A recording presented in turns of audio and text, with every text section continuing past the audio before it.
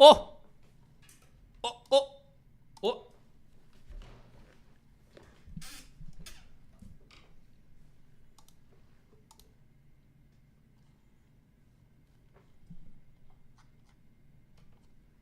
You made any money from Twitter? Yeah, I made bank from Twitter. Okay, stealing your guys' memes, re-uploading them as my own thoughts.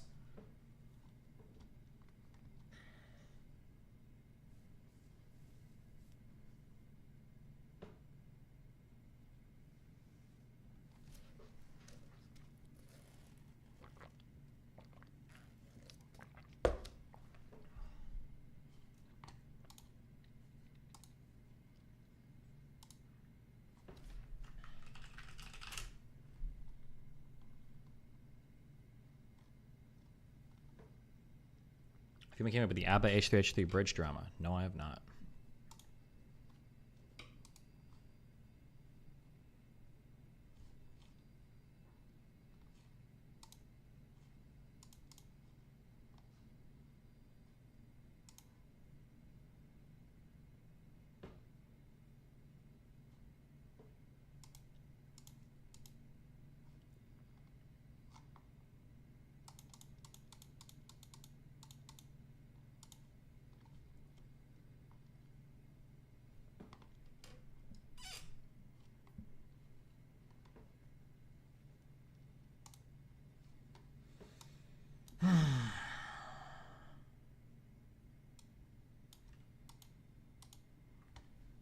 Is there an easy place where you can see all of your meta payouts?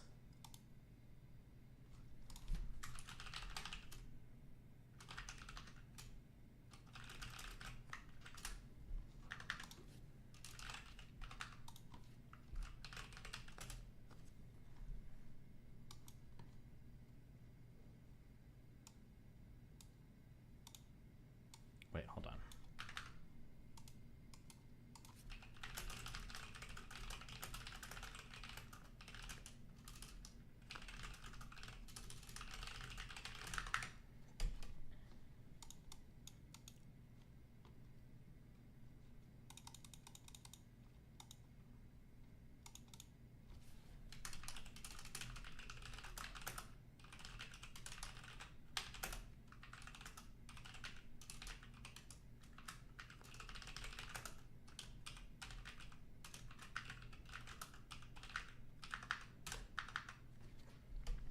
Do you think charisma can be taught to people? I've been trying to teach some people how to talk to girls and just generally how to have people skills, but that shit feels impossible.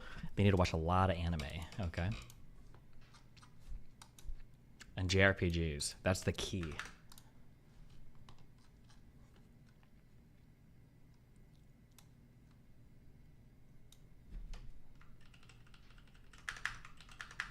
you listen to Yoko Shimomura at all? She did the Kingdom Hearts and Parasite Eve, I think, right? I've heard those things. I think she did those. Hold on.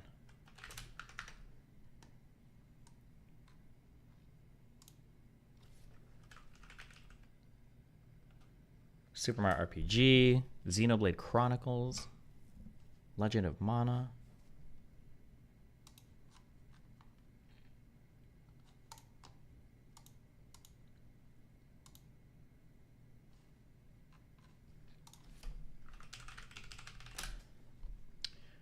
Depending on Lewis Hamilton, 7-time world champion in Formula One, leaving his Mercedes team for Ferrari. You know what? I hope they make a movie out of it. Then I'll have a stronger opinion.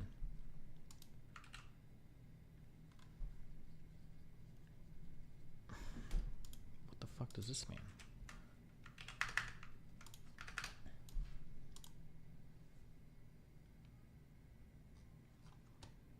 Ugh. Does it really not tell you like the totality of them? I see like it shows me the payouts, but I don't know if there's like an easy way to add them all up. If I had to guess, probably had a good, it's like $2,000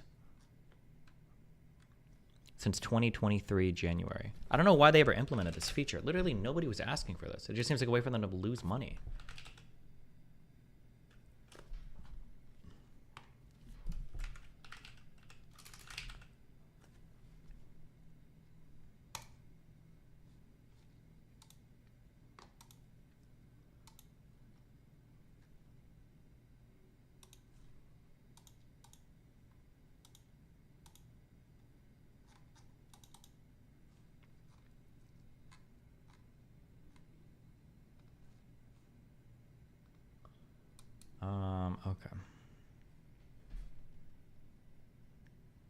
2223. Never forget. What happened in 2223? We had a genocide on 2223 where the mods oppressed us.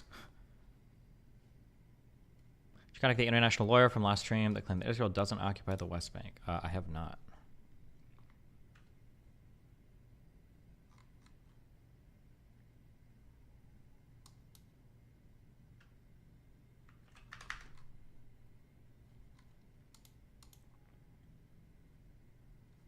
You mean X payouts, right? Or the whatever the Twitter pays you for tweeting or whatever.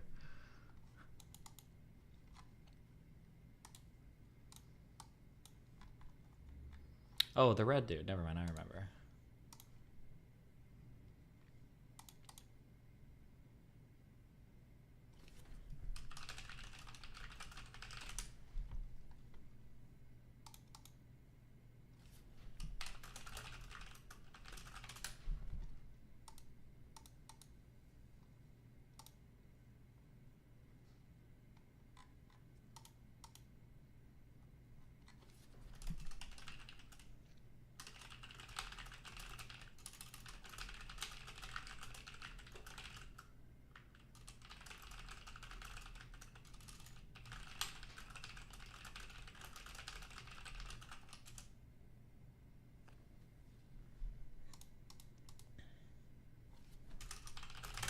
Okay. How do you handle when you're nervous or anxious? Do you become more talkative or quiet? I usually just start gooning, and then usually I'll just get over whatever.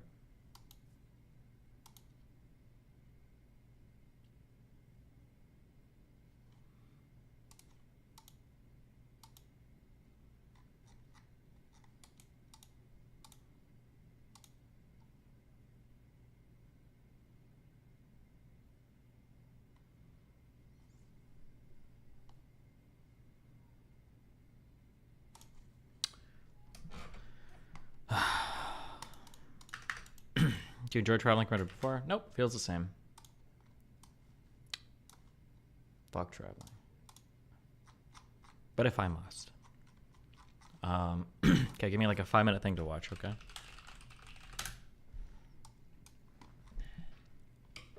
"21 Savage cheated against Aiden Ross." On God, they're marked. Hold on. How you can tell they're marked? Okay.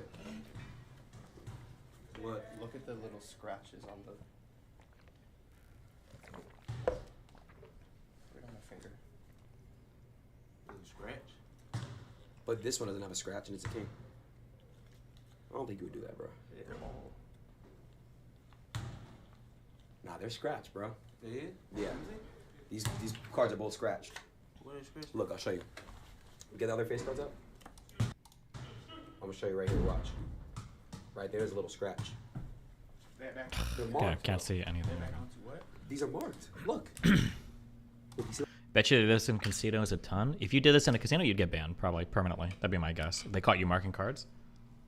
a little scratch right there? This one. By that. Look. You can't see shit on a stream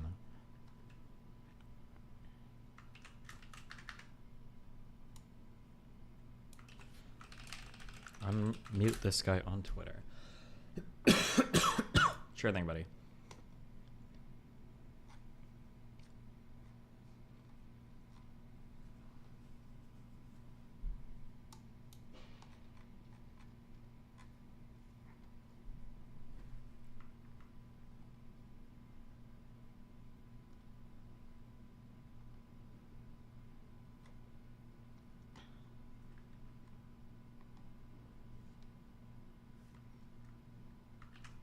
Extra Emily in 20 years.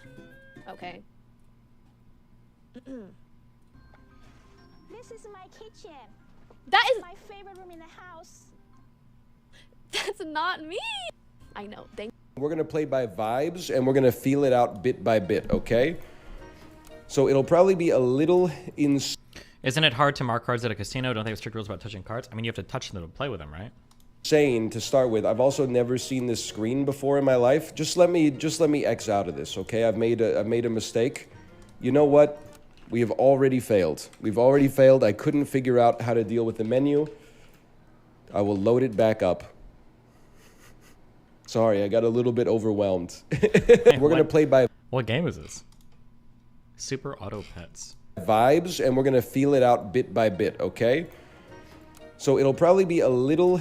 You touch them and handle them, it'd be hard. To mark cards in a casino would be super easy. You could do it with a pen. I imagine you could probably bring in if you did it with anything that left a super visible mark like a pen, you get caught immediately. But I imagine you could bring like a little, not a bobby pin. Is it a bobby pin? What do you stick things with? If you wanted to scratch cards, marking them would be trivially easy. You could bend or fold, but like at a casino, you're going to get caught doing any of these things. For home games, you can probably get away with it, but... insane to start with. I've also never seen this screen before in my lives, and we're gonna feel it out bit by bit, okay? So it'll probably be a little insane to start with. I've also never seen this screen before in my life. Just let me X out of this, okay? I've made a mistake. You know what? We have already failed. We've already failed. I couldn't figure out how to deal with the menu. I will... Okay.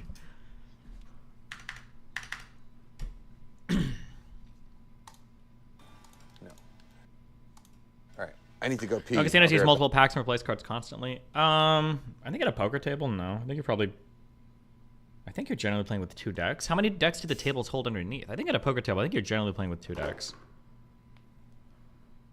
I don't think people cheat very much in modern casinos. It's way too easy to get caught. And now with the internet, if there's a way to cheat, people are going to talk about it immediately. Like I don't think there's very many ways to cheat in casinos these days where you won't get caught almost immediately.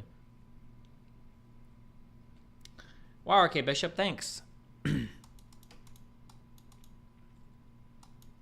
Vegas, even blackjack dealers use the multi-deck shuffler machines. Yeah, but the in blackjack, you have to play with multiple decks because... I'm not going to explain this. It's because of the way the blackjack works. You want to have multiple decks so that it makes it harder to figure out what cards are left in a deck. In poker, there's no reason to do that.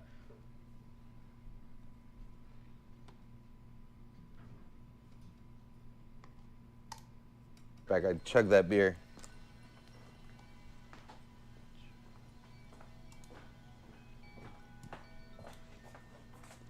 Phil Ivey did. What is edge sorting, and why did it cost a poker star $10 million in winnings? This is gonna be some autistic shit, like I already know what this is gonna be. I think theoretically, I don't know if I believe this is possible, unless he actually lost money for it. Hold on. Well, I guess I'll just read the story. What, you can see the where marks might be on the side of the cards from like the actual manufacturing of the deck? What is edge sorting, and why did it cost pokers for $10 million in winnings? Oh, Baccarat. Never mind. This is...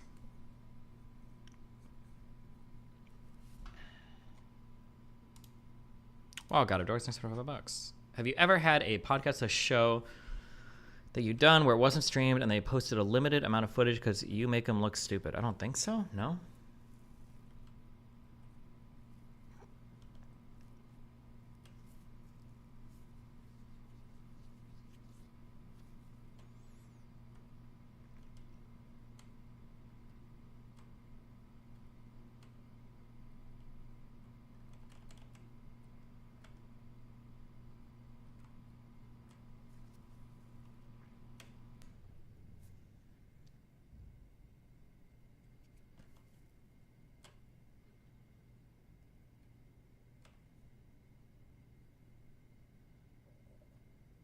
Damn. He said you can see the difference on the backs of the cards? What does that mean?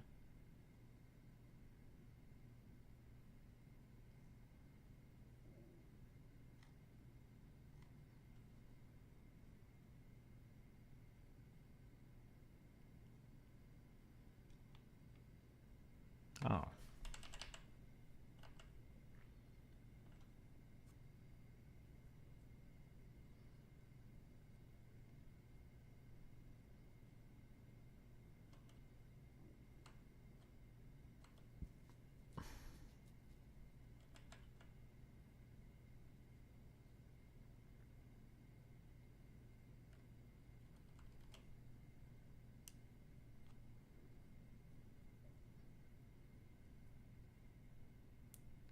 Wait, what the fuck? Wait, what? This sounds fucking retarded.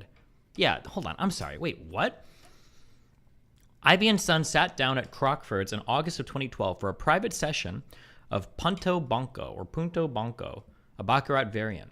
They asked for a specific brand of playing cards with a distinct white circle pattern on the back. In the first round of games, they had the dealer rotate all the 7s through 9s, the most valuable cards in Baccarat, 180 degrees as they first came out of the shoe.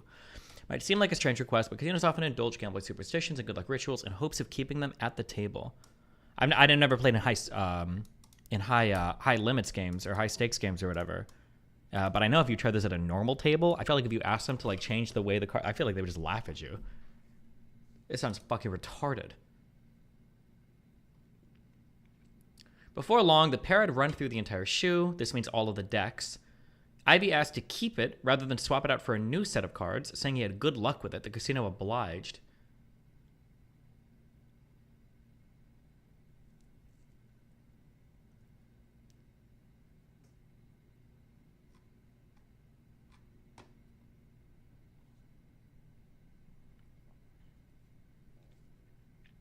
Ivy had all the conditions negotiated before gambling. High stakes players can do that. Yeah, sure, but like, I mean, I just feel like you're. Oh no, I mean, I say you're setting yourself up for disaster, but I guess there's probably a lot of people that do this that lose. So, like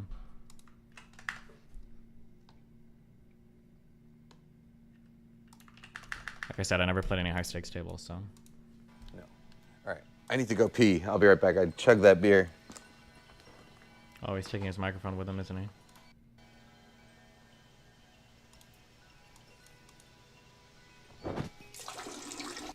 You ever played Omaha at a casino? No, fuck that game.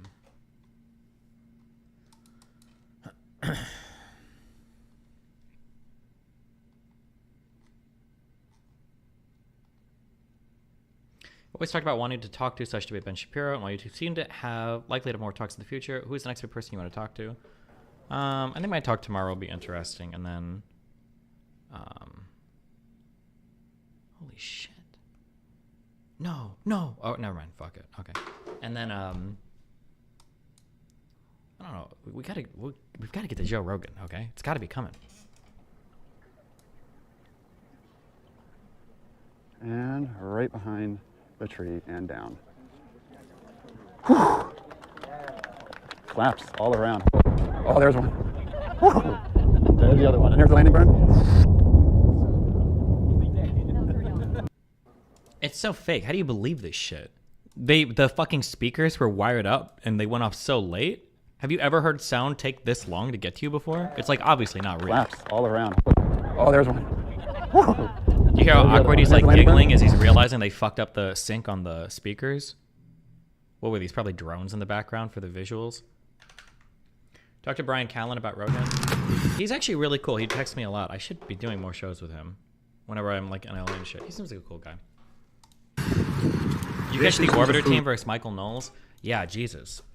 Apparently he's. I heard he was not very good in conversation. They posted a clip on the Daily Wire that I thought made Michael look so bad and Farha look so good. Why the fuck did they think? Or maybe I'm crazy. Maybe for conservatives, maybe it did look good.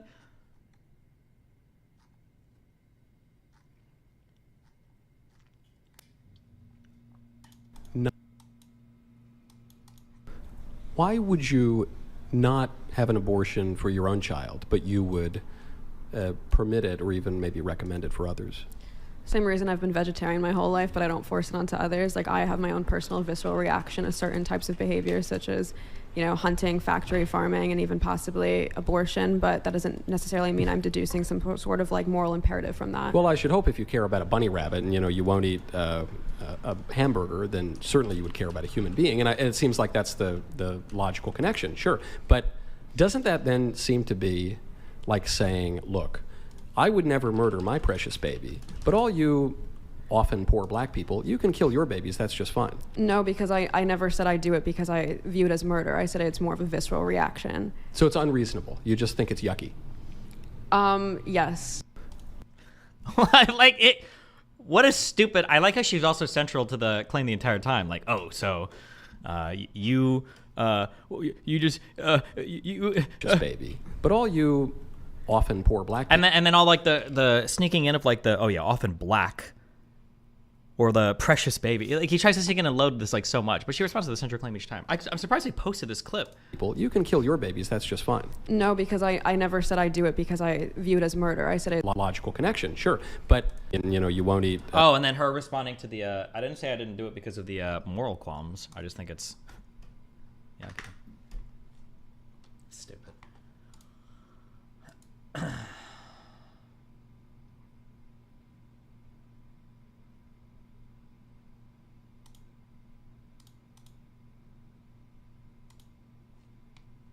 You had Round Rock Donuts? I don't think so.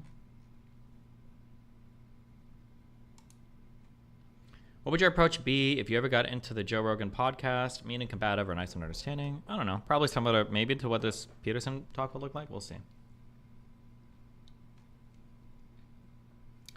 Will you do some Tim Pool? Maybe. We'll see. I don't have any plans for that right now. What was the song that got linked to me?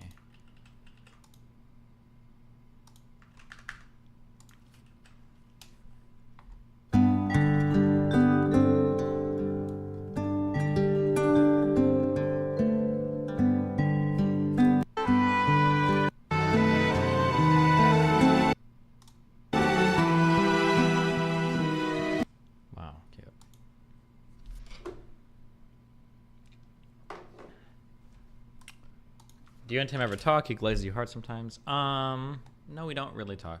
But I think he has respect for me, which is nice. Professor thinks student cheated.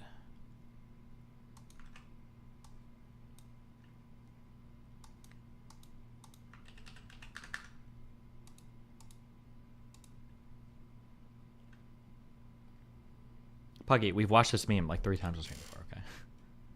Can you please, for the love of God, look at Blue John Guy's link? He's been posting for days. I got like so much other more important shit to read right now than like whatever from like the pro-Zionist Institute of Settler Expansionism and killing of all the Palestinians. I'm good. I love you. I appreciate it. Maybe in the future, I've got so much other shit I need to read right now though, before reading like a Zionist think tank's solution for Israel-Palestine. Thank you though. Maybe in the future, we'll see, okay? Yes, but I love you, okay? I do love you. I love all of you, okay? It's extremely common for people, especially neurodivergent kids, to bullshit most of the semester and then lock in for the final exam so they don't have to retake the class that they probably hate. No, it's not. What? Student cheated, but I have no proof or rant. This student is a D+, C- student at best. Took my essay final exam.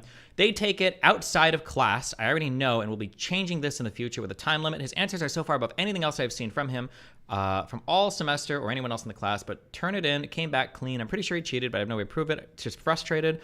Or I'm just frustrated ranting. I'm stressing too much about this with everything else. I have to finish up. It's just exhausting. That's all.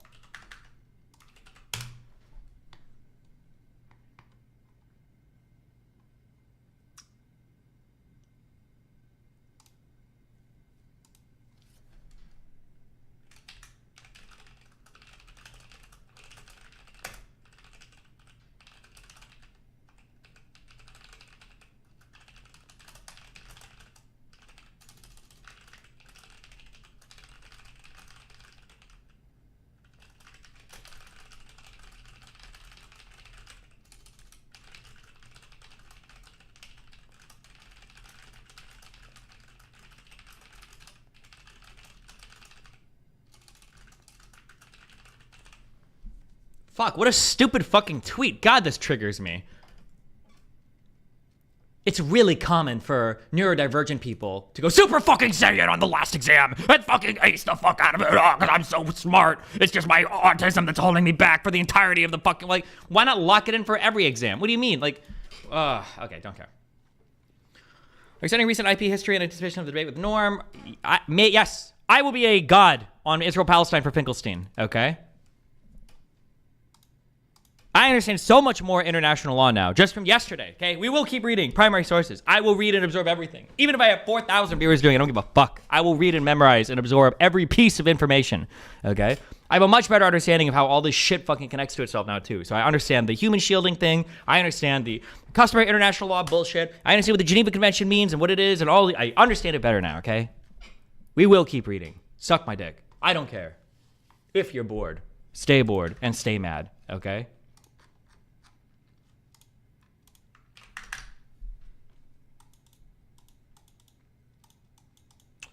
From yesterday, what's the consensus on human shields? Are they real or not? Human shields are real, yes. And Hamas does use them, yes. And I think that Amnesty International report says as much in terms of they use them. They just don't use the definition for human shield. I don't know what definition Amnesty International uses for human shield. Probably whichever one makes the author feel the best at the time. Can you enunciate the differences between LOAC, war crimes, and grave breaches? Nope. LOAC just stands for what? Law of armed conflict? Is there like a specific? I'm thinking you're just referring to all of the different types of rules and regulations and all of that shit relating to armed conflict. No, war crimes, I think, are usually war crimes are all under. Is it just Article 8 of Article 8 of the Rome Statute of the International Criminal Court? I think defines war crimes, and these are generally the incorporations from I think Geneva Convention 3. I'll keep reviewing this, obviously. I only did this yesterday, but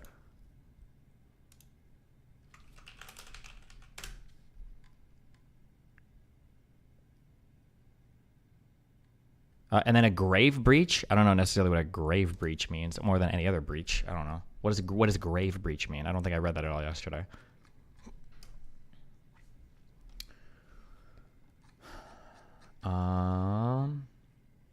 Article 8 is war crimes. Yes.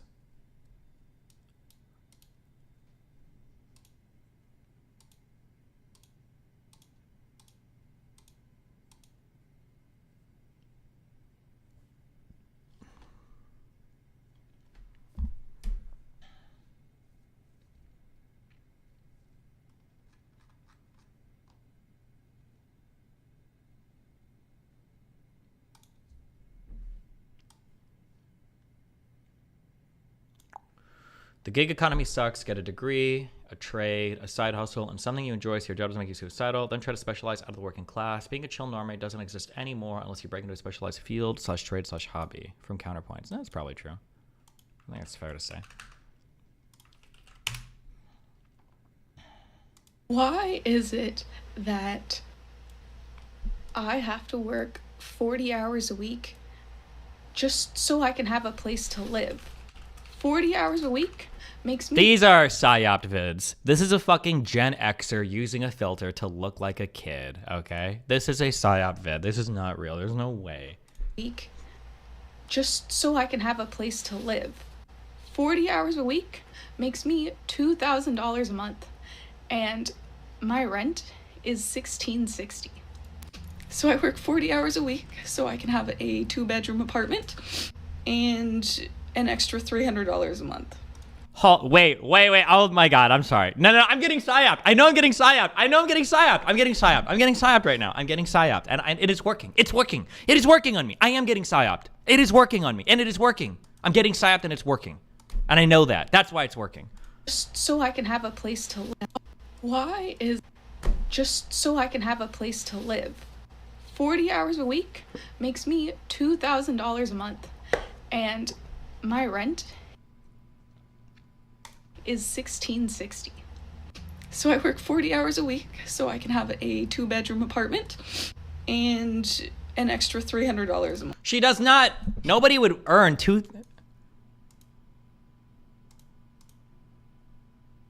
There's no... Wait, what is even her... Hold on, let's calculate some wages out here. Okay, 40 hours a week. So she's working 4 weeks a month, 160 hours. So 2,000 divided by 160. She's making $12.50 an hour. Working 40 hours a week. Why does she have a 2-bedroom apartment? 60. So I work 40 hours a week so I can have a 2-bedroom apartment and an extra $300 a month.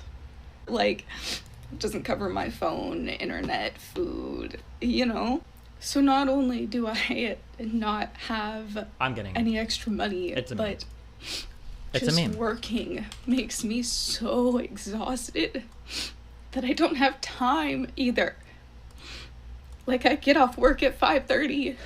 Oh, okay. Also.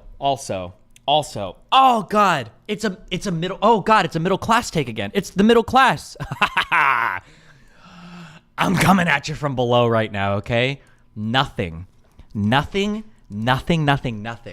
a working class shit retail shit service job person hates anybody more than listening to some motherfucker that gets to work Monday through Friday 9 to 5 bitch about not having time for anything.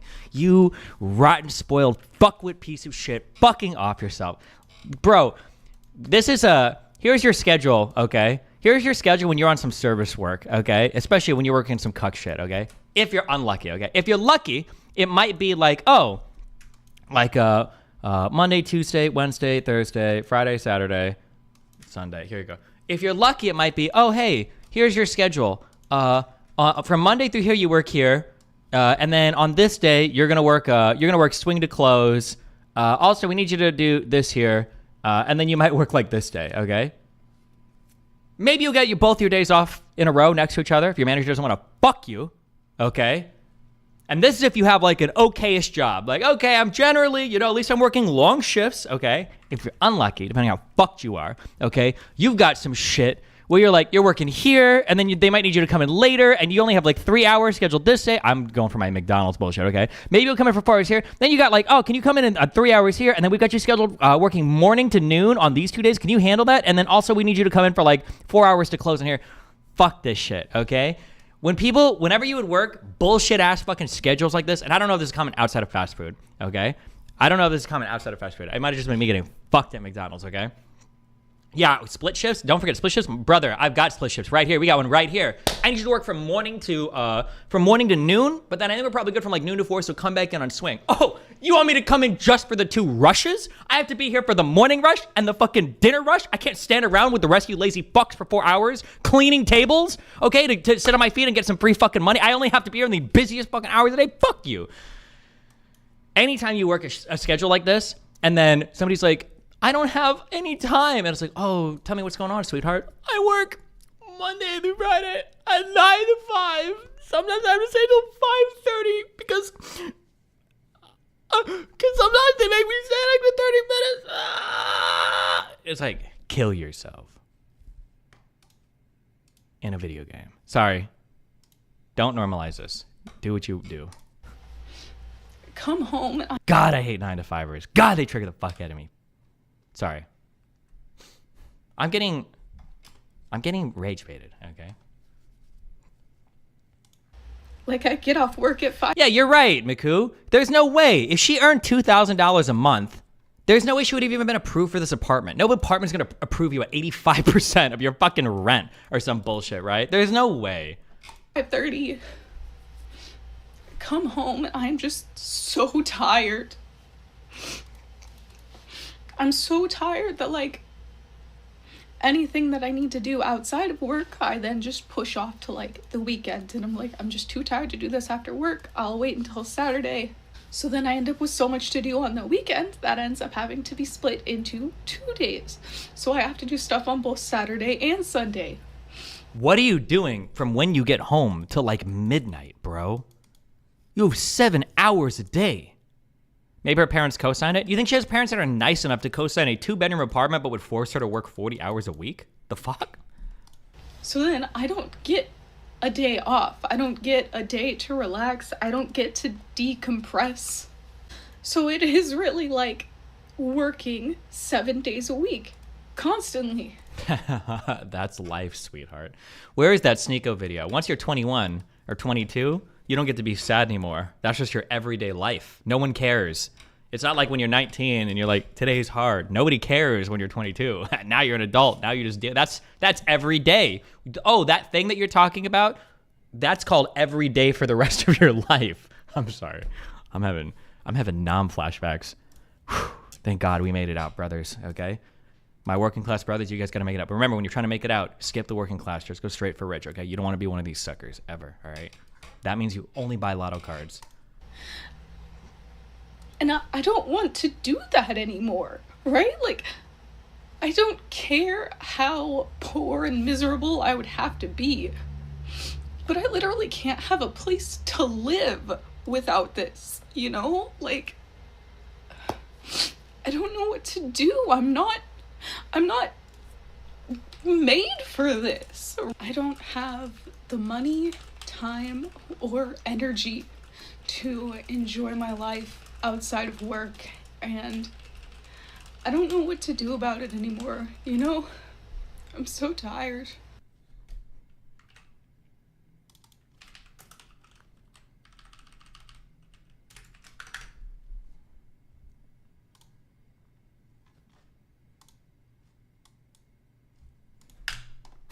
Okay.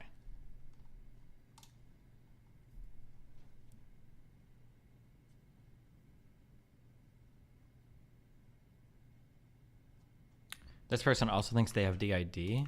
Oh, that's why she's a 2-bedroom apartment.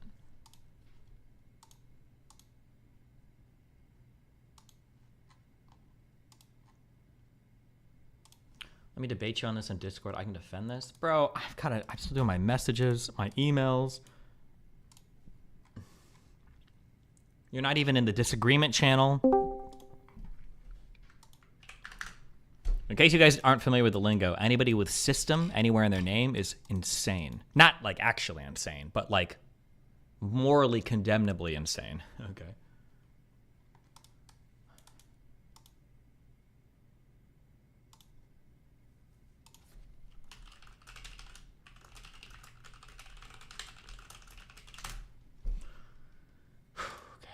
Boom.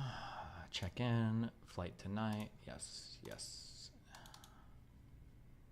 I don't need to do this right now, actually. Fuck it. Do it later. Fantastic. Thanks. Boom. I have to be productive this trip. I will be productive this traveling. Oh, I have I got an iWatch. What do you call them? Is it iWatch? And an iPhone that I'm going to be using while traveling. We'll see if it makes me more productive. Apple Watch, sorry, fuck.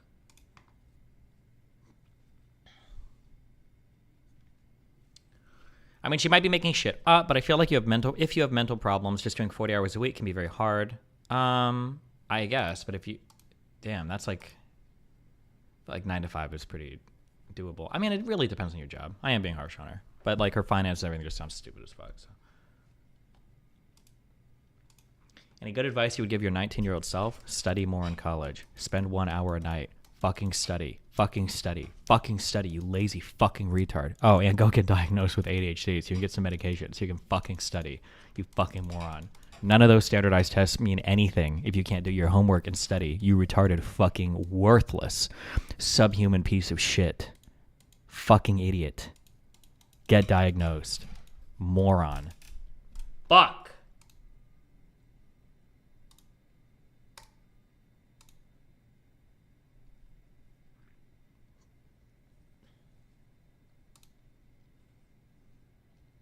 Oh my god.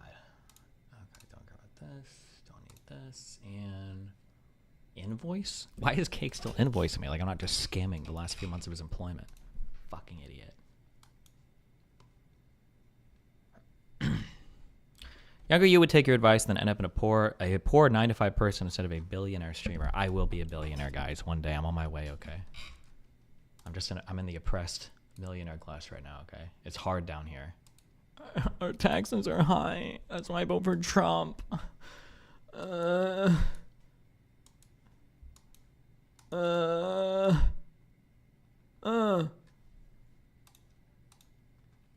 God. Hearing... The only thing that might trigger me more about... No, actually, never mind. No. I think it's probably only middle-class people that complain about taxes. I don't know if really wealthy people do. To be fair... That's probably the one legitimate complaint you have if you're middle class. You don't earn quite enough to like really do anything fanciful with your taxes, but you don't earn so little that you have zero tax liability like half the fucking country. So middle class people probably do get fucked by tax. You know what I think? This might be a hot take.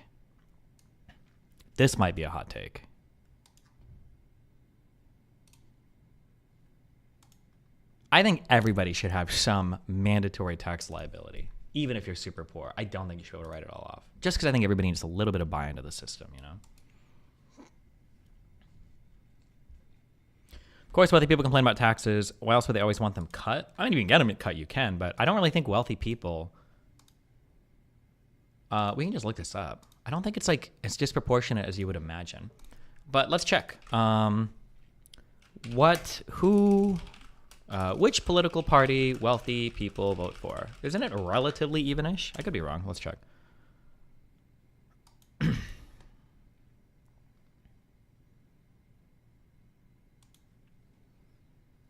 Give me numbers. Affluent Americans used to vote for Republican politicians, and now they vote for Democrats. In this paper, I show detailed evidence for the decades in the making trend and argue that it is important consequence of U.S. politics. No. I wonder what the negative tax credits could be so based the poorest are incentivized to make income so they can get their taxes back. I mean, they already kind of did with the earned income tax credit, I think.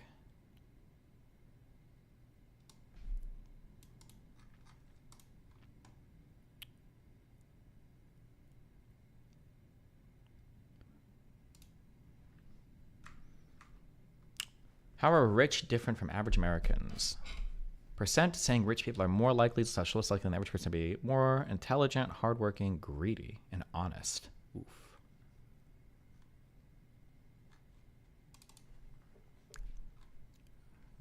Billionaires and how they vote. I don't really care about billionaires. I'm just curious about like people in the top like quintile. Oh, actually, you know what? You're probably right on that.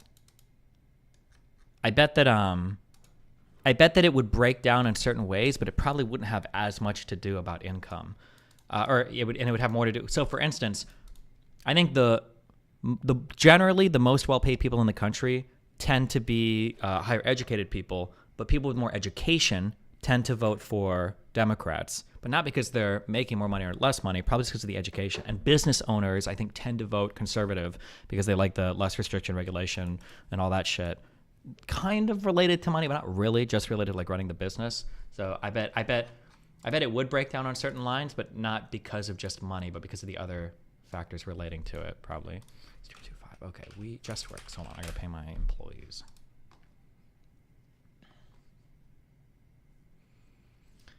Why is every Republican president obsessed with tax cuts for the super rich? It's like that's like the only thing that like Republicans know how to do, I guess.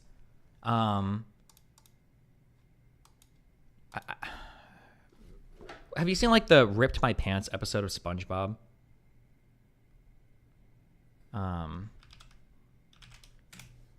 Like at some point he like stumbles upon this really funny joke. He's at the beach and he stumbles on this really funny joke where he rips his pants and everybody laughs. But then like he keeps doing it over and over and over and over again, and then people aren't laughing anymore because it's like played out. I feel like that's like Republican policy. It's like they get into always like tax cuts, like that's all. That's literally the only thing they know what to do. Is it true that tax cuts result in more tax revenue overall because people never spend more? When I was a libertarian, I heard this a lot, and I never looked into the counter arguments enough. I don't know how much tax rates affect total tax receipts as much. Maybe certain spending activity. I'm not sure.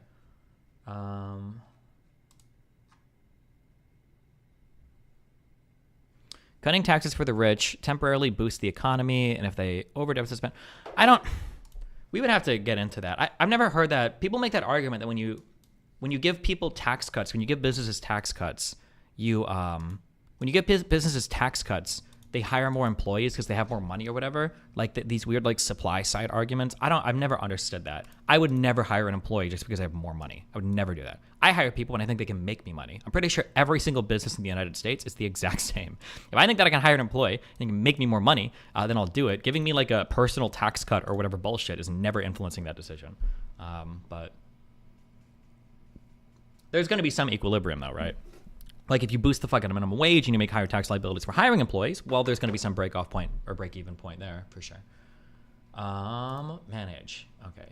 Employees. No. Vendors. No. Contractors. Yes. Wait, Cake, why do you pay?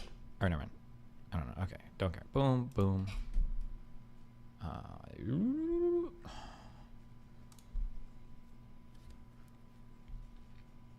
What do you think about land value tax? I don't. Ever.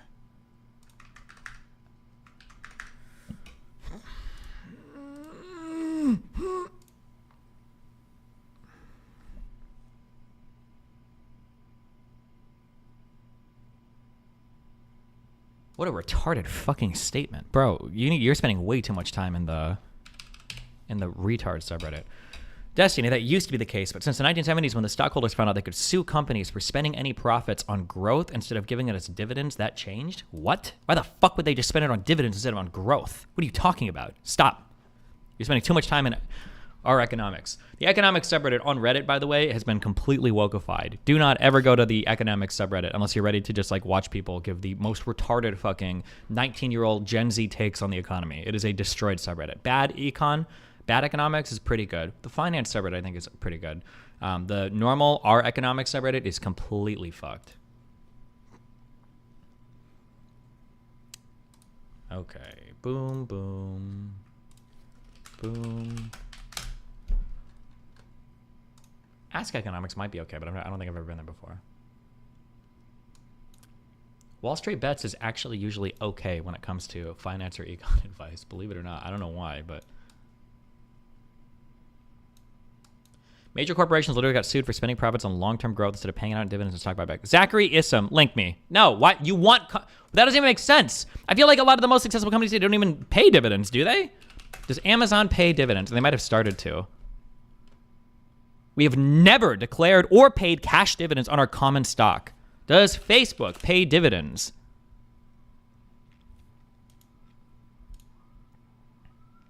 This does not pay dividends. No. What other big companies are there? What do you mean? Like, why the fuck would you... Dividends suck. You'd rather have the company grow or do stock buybacks, I guess. Let me choose when to pay that tax. Boy. They just announced? Yeah, okay, yeah, maybe. I think people generally want you to invest in long-term growth before paying it all out in stock buybacks or dividends. I think most investors would be upset if you were doing that.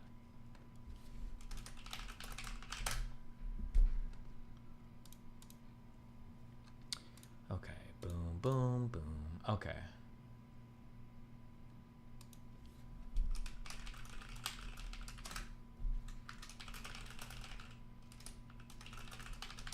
Did Cake undo my fucking ban?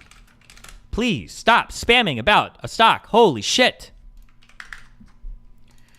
My company has reached a point where it's cash flowing more than it can reinvest. It makes more sense to get back to investors so they invest in something else. Yeah, sure. I mean, if you hit that point. But I feel like in the tech world, I don't know if companies like ever mature. Oh, RTBA changed it like a fucking retard.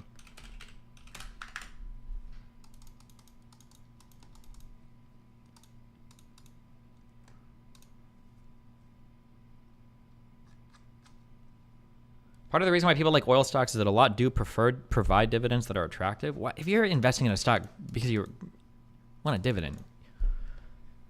I don't know. Never mind. Okay. Holy shit. Did I know this? Hold on. Oh.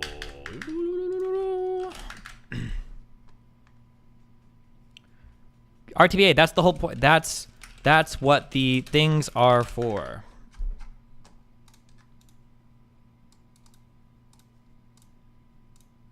Am I here? Oh, I am here. Thank God. Okay.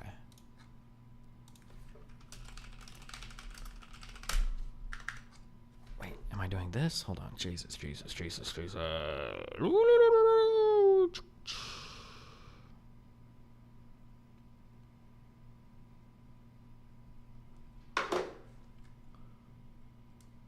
God, I hate traveling. I'm gonna be traveling so much in a fucking airplane. Okay.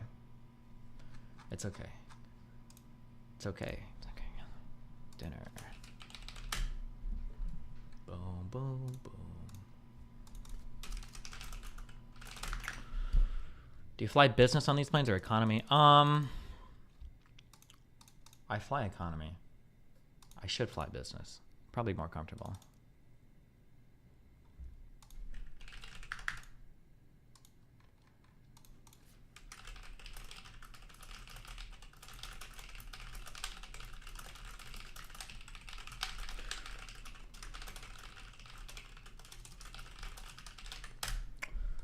Boom, boom.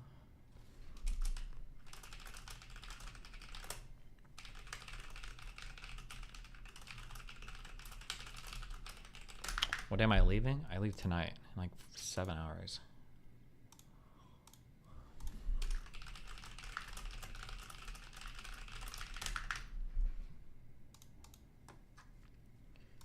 Oh, 10 a.m. on Wednesday.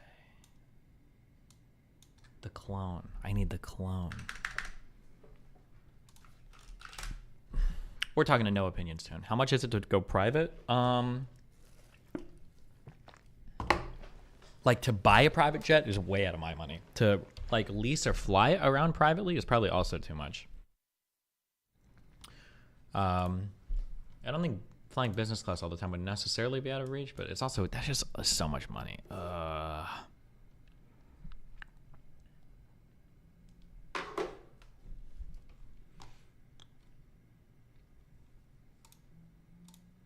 Do you fly on 747 Maxes? I should be looking out for that more. Fuck me, dude. I'm gonna be fucking paranoid. I do. What kind of plane is my flight?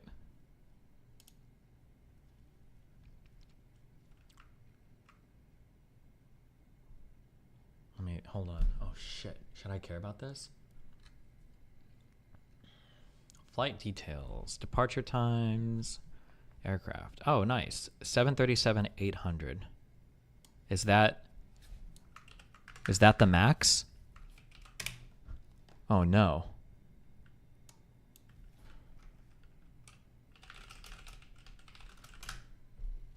Or is it literally called 737 Max? That's an older model? Okay. Whew.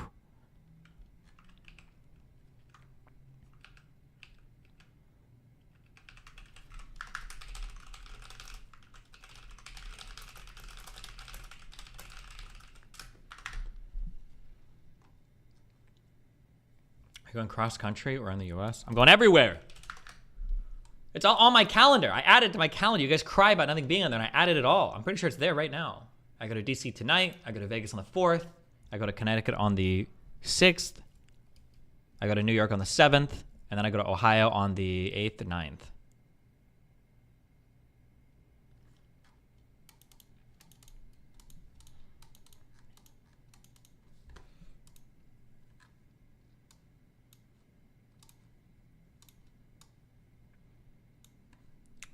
What do you get up to when you're in Vegas? Some girl met me and she has a ultra rare diagnosis of she has dissociative identity disorder, but she's diagnosed with BPD on both of her split personalities. So I want to go see her in person, see if she can fuck my life up in more ways than I've ever known. And I'm also doing the Iced Coffee podcast hour or whatever.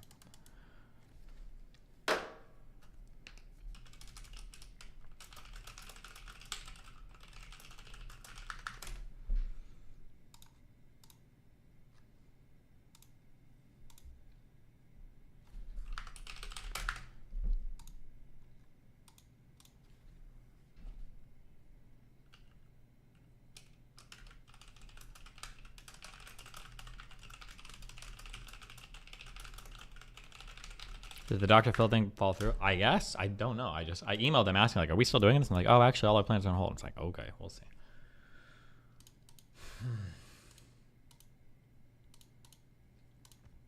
Boom.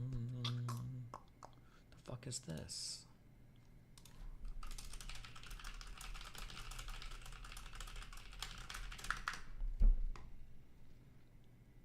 Imagine Trump comes out with a policy that cuts tax liability for live streamers significantly. Are you voting for him? Yeah, that's how Trump can buy my vote.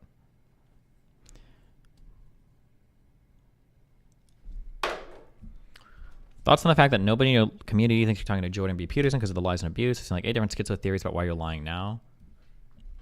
Listen, if you don't think I am, let me just say this, okay?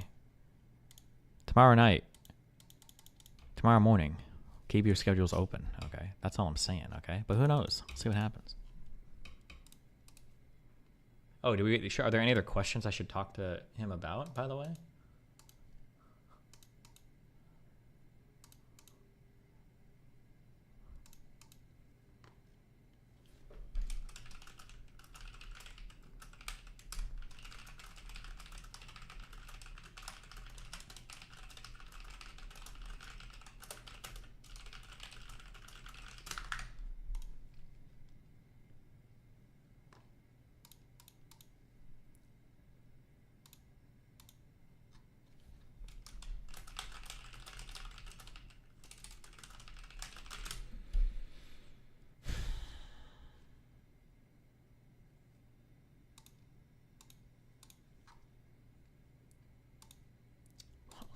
Why am I in all these things? I don't care. Okay, shit, Jesus. Okay, yes. Jump backstage whenever. Wick the flock. Oh. Be right back. 1 sec. Let me use the rest real quick.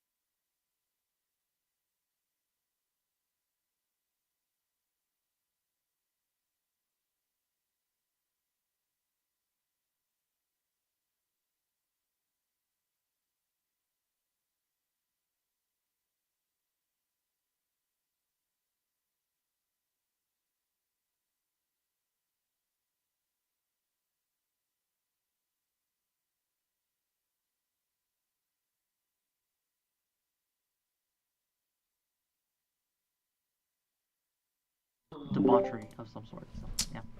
Hello. Hi, what's up? Just it's a little early. It's a little weird for me to be streaming at this time, but hey, it's when you guys can make it. So here we are. What time do you normally wake up? Noah went to get a funny hat. When do you normally wake up? Oh, I'm usually awake now. I'm just not streaming now. I usually don't start streaming until like 6. Oh. Hi, Noah, what's up? Oh, okay. He doesn't have his headphones on. That's cool. He wasn't just completely ignoring me, I'm sure. All right, how about this? Hey, what's up? How's it going? Hey. Are you the guy on Twitter that hates Gen Z? No. Oh, never mind. Okay. I like Gen Z. They seem nice. How's it going? Going all right. Wait, you don't remember me? Yeah, of course I do. It was a joke because everybody talks about economics online and the vibe session and blah, blah, blah. Like all the young people are super mad right now. They want everybody to convince the economy is the worst it's ever been and there's no hope for the future of millennials and blah, blah, blah. Yeah. Yes. Yeah. How have you been doing?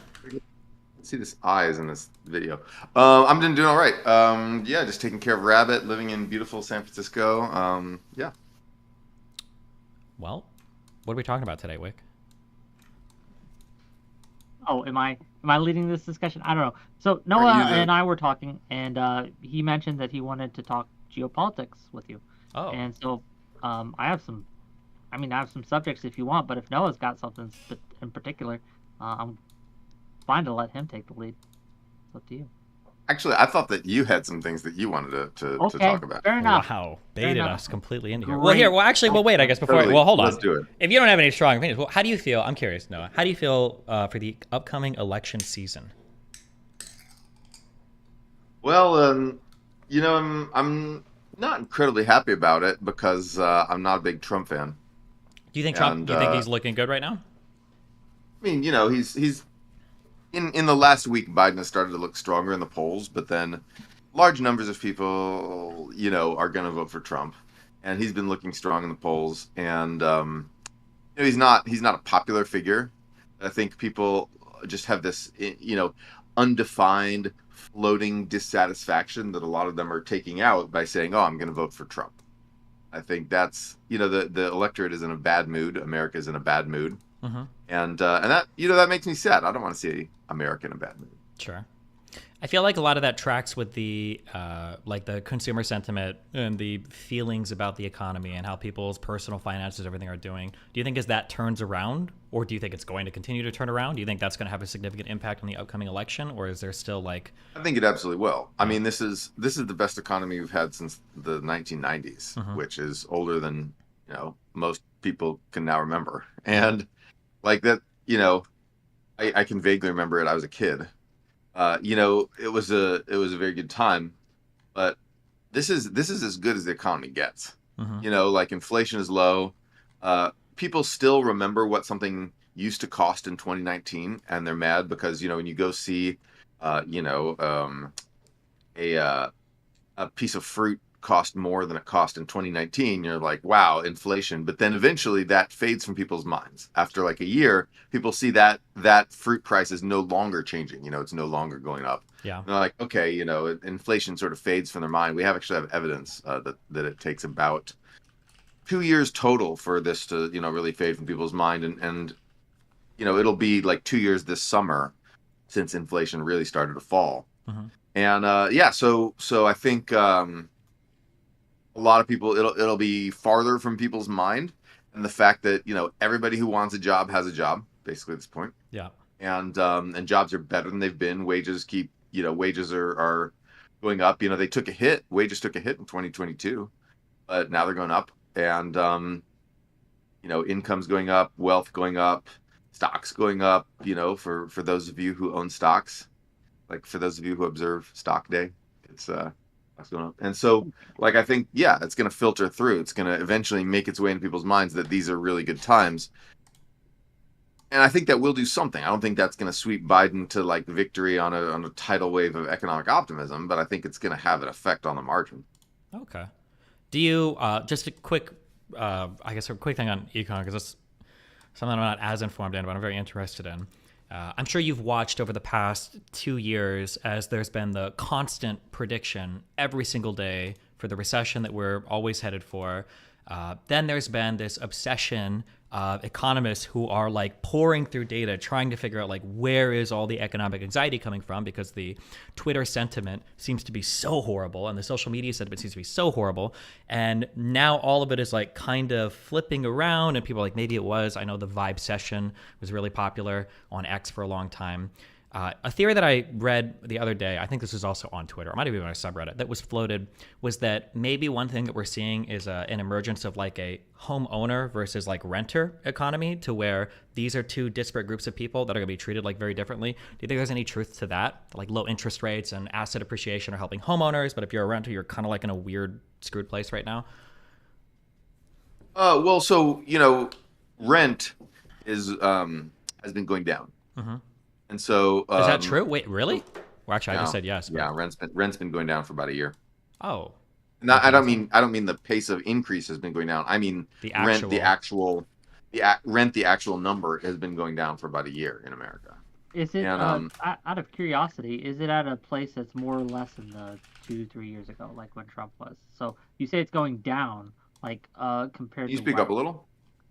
Yeah, your mic is really quiet. Your mic is pretty quiet. Wait. Yeah. Can you turn up your mic a little bit? Let me see what I can do. Hold on. How about is this better? Yeah, yep, yes. A little better. A little better? Okay, well, I'll just talk louder if I can. My mic's really shit. I apologize. Yeah. You got to use that professor voice to lecture to, like, you know. Exactly. I got to project, as they would say. Yeah. So when you say that the rent is going down, like just as a lower number, compared to what, like, is it at the level that it was, say, in 2020? Is it lower, higher? What are we talking here? Well, it's back to, like, I think the level it was in 2021, in terms of where it is. The thing is that there's several different rent indices. There's like new rent, like if you're just signing a lease now. There's rent, you know, considering all the people who are still on lease, and stuff like that. And so I think that the new rent, you know, rent if you're just now starting to sign a lease is pretty back down, you know. Might be back. So 2020 is a weird year to compare to, because rent really crashed during COVID. Sure. And so that's a weird year. But I think that so you know, comparing to 2021 is probably a better comparison. Maybe 2019. Well, I wanted to do it during Trump's tenure, just again, since we're talking about the economy and we're talking about the election, like Biden's chances, Trump's chances. I'm just trying to get, because a lot of the things I hear from people are this idea that the economy is doing better isn't being felt, right? It's not being felt by the public. I'm not sure how true that is, but it is something that I consistently hear. I just think people don't feel it overnight. You know what I mean? I think people, rent goes down across the country. That's an average. Some people's rent drops. Some people's rent goes up. Some people's rent stays the same. And I think that, if more people's rent goes down than goes up, we economists aggregate those statistics and say, oh, rent went down, right? Median rent went down, average rent went down, whatever you want to say. But most people don't necessarily experience those declines. Those declines only happen for some people. So you've got to, either hear if you're not one of the people for whom that decline happens. I mean, first of all, 2/3 of households are homeowners in this country, right? So those people that, they don't care about the rent going down. So you're talking about 1/3 of people who might even care about this to begin with. Yeah. Right. And then if 1 out of 5 of those gets a rent decrease and 1 out of 7 gets a rent increase, that means total rents go down, but it still means that, the 1 out of 7 are like, my rent went up. And then the 1 out of 5 people get a rent cut. And, but that's 1 out of 5 of 1 out of 3 is 1 out of 15 people in the country gets their rent cut. And then, so I think it's a real thing. It'll filter through, but it won't be this like tidal wave of happiness that just crashes over the country immediately. Here's a question as well, and I'm running on intuition. I could be wrong. My guess is going to be that if you have a unit and the market value rent for that unit increases, you're probably going to increase the rent burden on your renter. My guess is going to be that if there's a decrease, I don't know if you would actually cut their rent. Or if they move out, you would just list it for the lower rent instead. Like, I feel like there's probably a higher chance that you would charge the higher price. I don't know how often landlords cut rent. So that could be the case too, that if you are increasingly, if your rent is increasing, you see it go up. But if you're moving into a unit whose rent is decreased, you have no idea what it costs before. You just see like a listed unit for whatever price. That'd be my guess. I could be wrong on that. But that is smart. That's right. Yeah. No, you're absolutely right. So you have to look at the people who moved to a new place and they're like, wow, my new place is cheaper, but it's actually kind of nice. Wow, I got a good place for cheap. Which is my situation. I recently moved into a good place for cheap. Yeah. One thing that I noticed, I noticed this in general politics when it comes to polling on certain issues, and now I'm applying it more to economic and really probably everything. Is granularity is really important when you're doing metrics. Like when you have like a statement like, oh, what does wage growth look like for the entirety of the United States? Or what does like rent look like for the entirety of the United States? That oftentimes these numbers are entirely meaningless at best, sometimes incredibly misleading at worst, or downright lies, depending on how you aggregate or disaggregate data too. So that's also another thing that I've been keeping a closer eye on, that sometimes the broad aggregates miss a lot of the stories that would be seen if you were more granular with your, I guess, charts or data collecting. Yeah, I agree. Yeah, that's right. So I think that, but I think we're starting to see it make its way into the economic statistics. We're starting to see consumer confidence go up. Last month was like the biggest single month jump that we've seen in a really long time. I think the best comparison is to look at the data from the 80s. Now, to go see what it was actually like in the 80s, we'd have to go ask some old people, right? Because no one remembers. No one, none of us are old enough to remember, what it was like to, work and buy a house or whatever in 1983. I'm old, but I'm not that old. So but when you look at the consumer confidence, you see that it was really in the dumps. They had inflation, this massive inflation of the 70s that lasted for a long time. Then you had raising interest rates a ton, and so it was very hard to buy a house for a few years there. And then you saw massive unemployment from that. Yeah. You saw just a big recession from that. And then, so of course, consumer confidence was way in the dumps. And then it started to rise, in 1983. You just see it start to go up. And then over 1983, over that year, it just absolutely soars. It flips from completely negative to completely positive as inflation goes down and as interest rates get cut as a result. I think what'll have to happen is we'll have to start to see, to really get the same surge here, we'll have to start to see the cutting of interest rates. So I think a lot depends on the Fed, whether or not the Fed decides that inflation is enough in the rear view mirror where we can afford to cut now, or whether or not we need to keep rates high for a while just to make people absolutely sure that inflation is not coming back. double tap the inflation. Well, I think it's also important when we think about inflation, we're really thinking about like a rate of change. And we need to remember that there is an underlying function that has to be taken into account because the cumulative effects on inflation are felt, right? So like if inflation is 10% year over year over year over year for like a whole year, right? If you get 10% inflation and then the next year it comes down to 1%, it's like, oh, look, inflation is below our target. That's good. Well, the cumulative effects of that inflation are still going to be felt. The lingering effects are going to be onwards until wage growth outpaces it eventually. So I think it's probably okay considering how much inflation we've had. I think the cumulative is still pretty high, although certain sectors of wage growth I think have started to outpace cumulatively where it was, but it's probably good as long as we're not seeing big unemployment. I don't know why we would like rush to cut rates now, you know? Well, I mean, it could be that so the reason they might cut rates is that the longer you keep rates high, the more stress it puts on certain economic sectors, and you risk.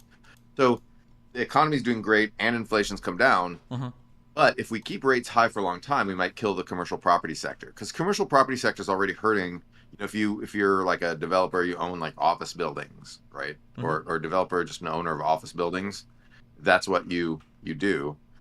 You're hurting because your entire business relies on being able to borrow to to buy buildings, to renovate buildings, and those borrowing rates are high. At the same time, the demand has gone down because remote work from home. Right? Yeah, people aren't going to the office as much anymore. You know, they've returned to the office somewhat, but not a ton, and so that is sort of a structural thing that's hurting the commercial property sector. And so if you pile on the commercial property sector with interest rates, you could have a lot of those property developers go bust. At that point, banks, the United States banking sector has shifted away from lending to industrial companies, software companies, whatever. Those people all go to the bond markets to borrow, right? They get money by issuing bonds. And so if you go to if you're a bank, who's borrowing money from banks? Well, real estate. That's who borrows money from banks. It's a developer. And so banks, our big banks have a ton of these commercial property loans on their books. They always did. They always have. This isn't a situation like 2007 where they had all these subprime loans on their books, right? They loaned to reputable commercial property developers with very, very good financials. But what was a very, very good financial in 2019 is no longer a very good financial right now because rates are just a lot higher than anyone realized they were going to go. And also the remote work thing. Those are two things that in 2019 no one could have predicted. No one was predicting either of those things. Yeah. And so because COVID just came out of nowhere. And so the thing is, if you leave interest rates high for 1 year, that's one thing. If you leave interest rates high for 5 years or 3 years, maybe you might just crack the commercial property sector. You get bad loans. Banks stop, lending. The real estate sector sort of goes in the toilet because banks stop lending. And then that filters through to the rest of the economy, and we get a recession, right? Well, would banks stop lending completely, even for like residential loans and stuff, or would they just like cut back on the commercial lending? Well, that's a great question. So the answer is that if it's only a bit, if the commercial property sector only suffers a bit, then they'll just cut down on that sector. Yeah. But if the commercial property sector suffers a lot, they'll cut back on everything because of capital adequacy. So, because you have to maintain a certain reserve in order to guarantee your whatever. Yeah. Right. Oh, okay.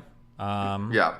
I mean, yeah, I would say, obviously, I'm just circle jerking. I'm pretty sure we both agree, but like, obviously they should be careful that we don't want to cut rates to influence the entire economy just to stave off what could be an inevitable collapse of commercial real estate anyway, too, right?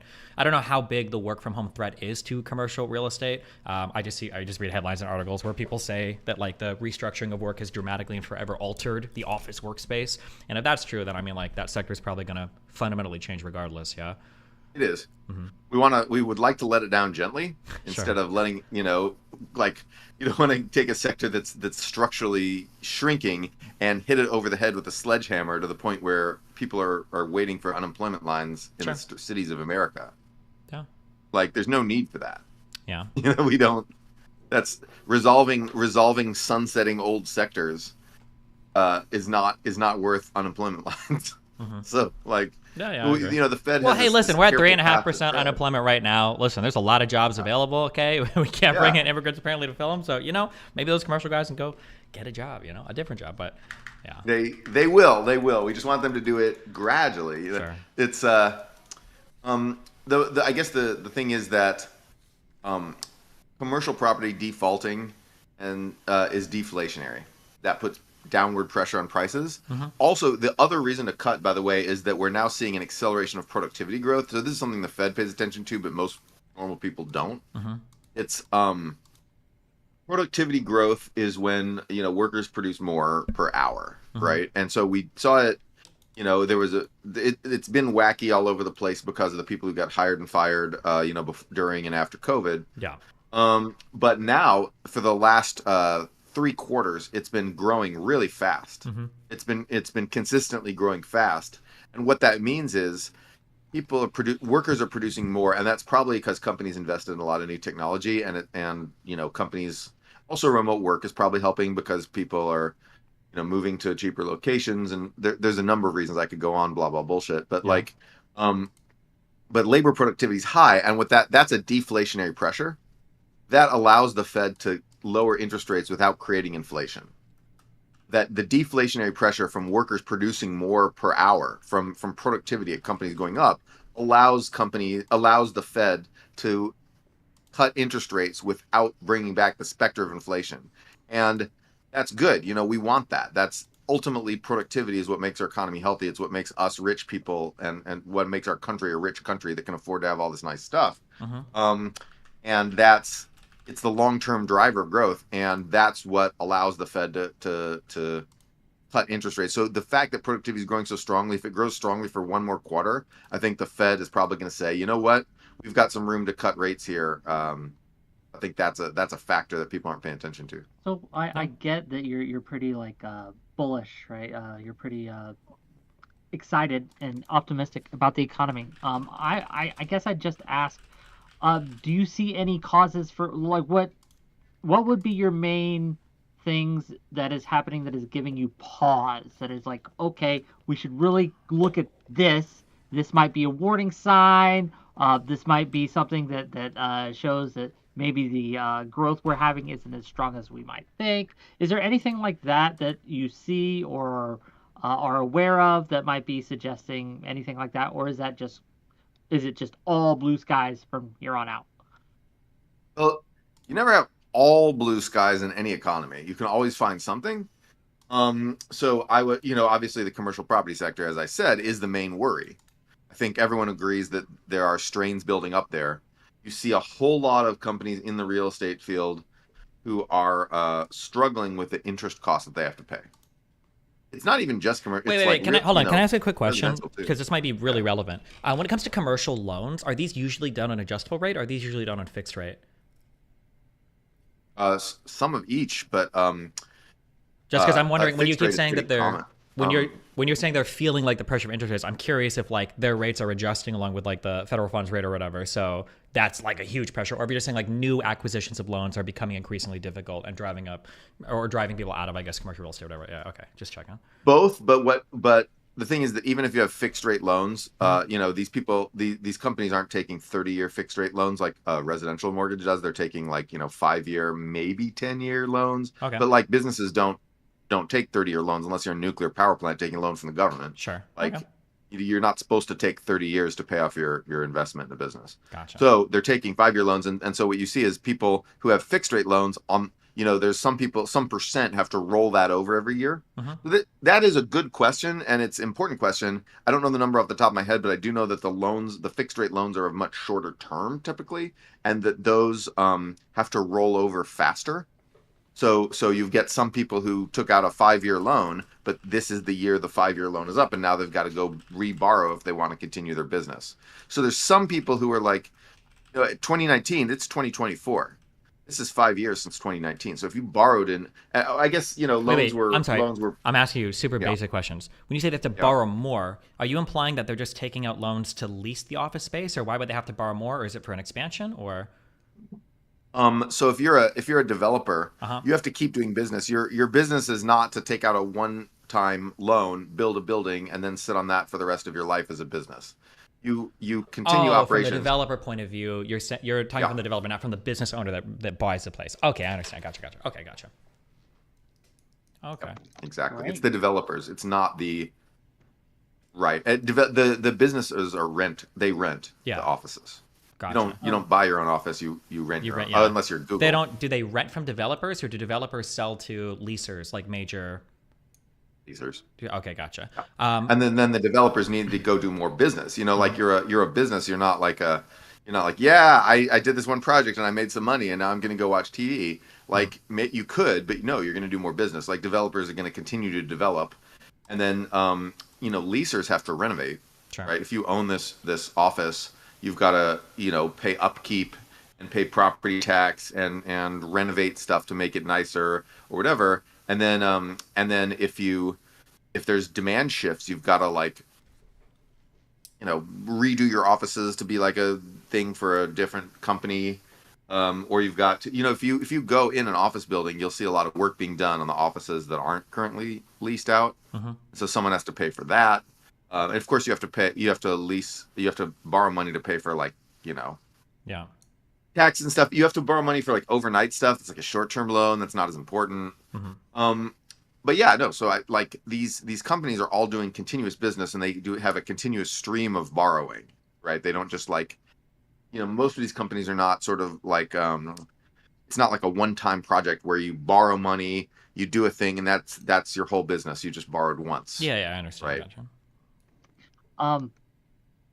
I'm going to be real with you. I prepared nothing on economic questions, but I got plenty of geopolitics. That's fun. Yeah, we can do geopolitics. That's fine. Okay. Or I guess just as a Desmond's final. good. His I wanted to instincts make are sure quite that good on all you this. have enough to. I want you to satisfy your curiosity. Yeah, I will satisfy. I guess it's just my final question before we hop on anything else. So I guess my feeling for the upcoming elections was my fear is I'm speaking from a general American position, not mine personally. I don't think I don't think we care at all about foreign politics for foreign policy or foreign politics for more than like a month or two. I feel like it fades pretty quickly, and things like the economy or certain social issues are things that we feel all the time as Americans. So my feeling has always been that the biggest popularity hit that Biden took probably revolved around Afghanistan, but we're pretty far away from that now.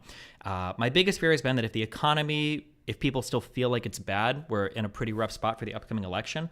But my feeling is that assuming the economy continues to turn around, I feel like Biden has actually a straight shot, easy shot to winning the election. He's running against somebody he's already beaten. This guy's facing so many, indictments. Just all the weird stuff around him. Trump is just not, I don't think is very good. Like it might energize him with his core fans, but it certainly doesn't appeal to people in the middle. I guess my general feeling was that, and it seems like you feel the same, that the economy is in a pretty good spot and is continuing heading in that direction. As long as something bad happens economically, I'm really bullish on the election in terms of supporting Biden, but maybe on the geopolitical front, you'll feel differently or something. We should. Oh, sorry. Go ahead. No. Go ahead. You're the owner of this channel. I'm the owner of this channel. I don't think this is how this works. Have your thought. Like I guess for me, I am concerned about the election coming up. I am. I don't know if I'm super bullish. There are too many unknowns. Like we say that foreign policy is just going to be a flash in the pan. I think that there are so many fires burning now. We have Ukraine going on, some possible strikes against Iran, right, coming up. The issues with China and Taiwan that are always kind of ever present nowadays. I don't know if this goes away, and I don't know where the public lands on this, right? Let's talk about, I guess, to start it off and to go into the geopolitical era here. Let's talk about Ukraine, right? We are having problems passing unless it passed today, and I'm not sure about it, right? But there's a funding for Ukraine. How long do we continue that? What do you think, Noah? So funding for Ukraine, I think that there's the that's an interesting question. In the long term, Russia, the war, the intense war of tanks trying to take big pieces of territory and missiles crashing into cities at large numbers, that may stop, right? But I think that technologically what we've seen is that it's very difficult for countries to take territory now.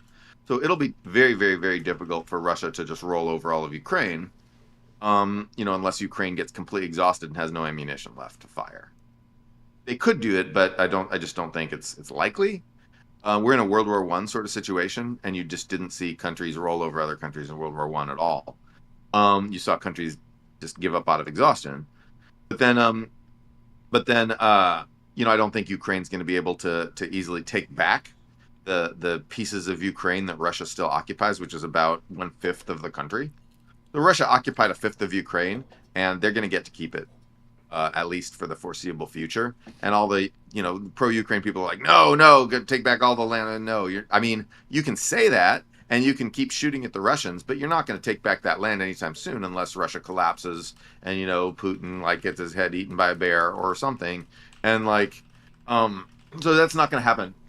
And it's reached a stalemate, and as long as both sides continue to get supplies of ammunition, that stalemate is going to persist for quite a while. The question is, who is going to keep supplying Ukraine? The answer is going to have to be Europe, and it's not because America. It's not because even if we re-elect Biden, it's going to have to be Europe in the long term because America has a bigger challenge, which is China.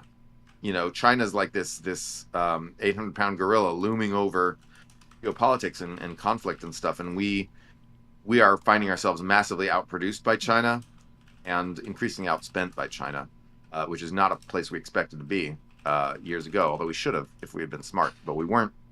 So now here's China's, and Taiwan. A conflict over Taiwan is something we'll get involved in much more directly than the conflict over Ukraine. Right? Ukraine, we sent weapons, we sent some money. Mostly, we just sent old weapons, and that's almost all of what our aid was to them. But then with China, it's going to be a much bigger deal. We'll be involved more. We're going to need to husband our resources for that because we're not in a good place in terms of how much we can produce militarily. Our defense industrial base is shrunken and withered, and can't produce many ships and shells and missiles. Not enough. We submarines, things like we're just not producing them nearly as much as we should. We're going to get distracted to Asia. Asia is more important. We also may get distracted to stuff like the Middle East, which I don't want us to get distracted to. I want us to stay out of the Middle East as much as we can. But things like the Houthi militia in Yemen shooting at ships, going to distract us too, inevitably, as much as I might whine about it. And so we're going to get distracted. Europe has one security challenge, and it's Vladimir Putin, right? They have one security challenge. Europe has 3 times the people of Russia. The EU has 3 times the people of Russia, and it's got 10 times the GDP. It's got lots more manufacturing capacity. It is able to hold off Russia in terms of giving enough ammunition and supplies and money to the Ukrainians. It is able to hold off Russia in the long term, and it needs to just do it. Because ultimately, the United States is not going to be the security guarantor for countries that could fund their own defense but just don't feel in the mood to do so. Right now, the reason Europe is not in immediate danger is because the reason the EU and NATO is not in immediate danger is because the Ukrainians are taking all the hits. They're like the frontline troops, right? But if they get rolled over, if they do go down, if they do get rolled over, Putin's he's going for Estonia. That's in their plans. It's public. They say it. So you have to say, oh, they couldn't be serious about doing that. That's a NATO country. Well, okay, fine. But that's happening. They say they're going to do it. If they don't get stopped there, they go on to the other Baltic countries and then Poland. This is in their plans. It just, they're basically their idea is keep going until they get stopped. And right now they've been stopped. They've been stopped in Ukraine.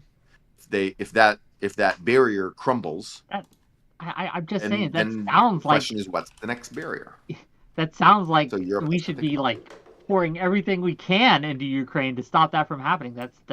If that's what you are saying that they want to do and that they're planning to do and that they're trying to do. If Asia didn't exist, then yeah, that would be right. Okay, fair enough. What do you think, Destiny? God, I am so bullish on foreign policy. I'm about to give a lot of big macro takes, and I might be totally wrong in the future, and some of this is based on my history, so let's go. Okay, so firstly, I think if we compare the conflicts we're into today with the conflicts that we were in 5 years ago, I think we're in a way better spot. So one, okay, the pullout was rough, but thank God we are out of Afghanistan, okay? That was a dead end. No offense to all of the suffering people there now. They live under the Taliban. That sucks. I agree. Unfortunately, not our responsibility to build that country, okay? So we're out of Afghanistan. That's good. Thank God. I'm pretty sure as of 2021, we basically completely disengaged from Iraq. which is good. Thank God. Done with that. I don't think we have very much active operations anymore in Syria, which is good. Thank God. And I'm pretty sure Biden pulled us out of that Saudi-led coalition to just be doing the crazy support for everything happening in Yemen. Thank God. When I look at the foreign policy things that we are involved in today, I think the missions, I don't know how easy it is to sell to the American public, but I think the missions are a lot more noble. When you look at Ukraine, sending weapons, sending money, whatever to Ukraine is a worthy investment on like 3 different levels. Geopolitically, it's important for Europe to not get invaded by Russia. It's important for Putin to realize that he can't actually just invade whatever country he wants and do whatever he wants without significant pushback, both internationally and domestically, right? People forget, but how do you pronounce that guy's name? Pagozin or whatever the fuck, Pagozin, the guy that tried to Pagozin. Yeah. That mutiny him, and God, unfortunately for him, I think he was flying, and I think the plane he was in accidentally got shot by a missile. Crazy how that happened. He got blown up. But so domestic pressure, international pressure, economic pressure, military pressure. I think as long as we can pour money or used weapons into Ukraine, I think it's probably a good investment because it's like the easiest way. It's like every time we send stuff to Ukraine, it's just like you're pushing the fuck Russia button, I think, which is good as long as it remains a worthwhile investment and as long as the Ukrainians have a desire to fight and as long as it's not like causing that country to fall into complete and total chaos, a la Syria or Yemen. Just to question you on the Ukraine take, right? Yeah. So you mentioned in the Ben Shapiro debate, right, that it's important not to give Zelensky a blank check, right? Yeah, I think we can't stay there forever, and it can't be like infinite funding into a black hole. Question. Yeah, right. But I think where's the line for you? At what point does it cease to become a good investment from a domestic standpoint? So I'm not talking about whether Ukraine has the will to fight or things but from a domestic policy standpoint, at what point do we say, okay, we put a lot into this? Yeah, I think if we get to the point in Ukraine to where Ukrainians are losing the will to fight, gains on the ground are non-existent, and it's grinding into a, what do they say? It switched from a maneuverable conflict or maneuvering conflict to a positional conflict. If it grinds down to that and nothing is happening, then at some point you kind of look for an off-ramp. I don't think we're there yet.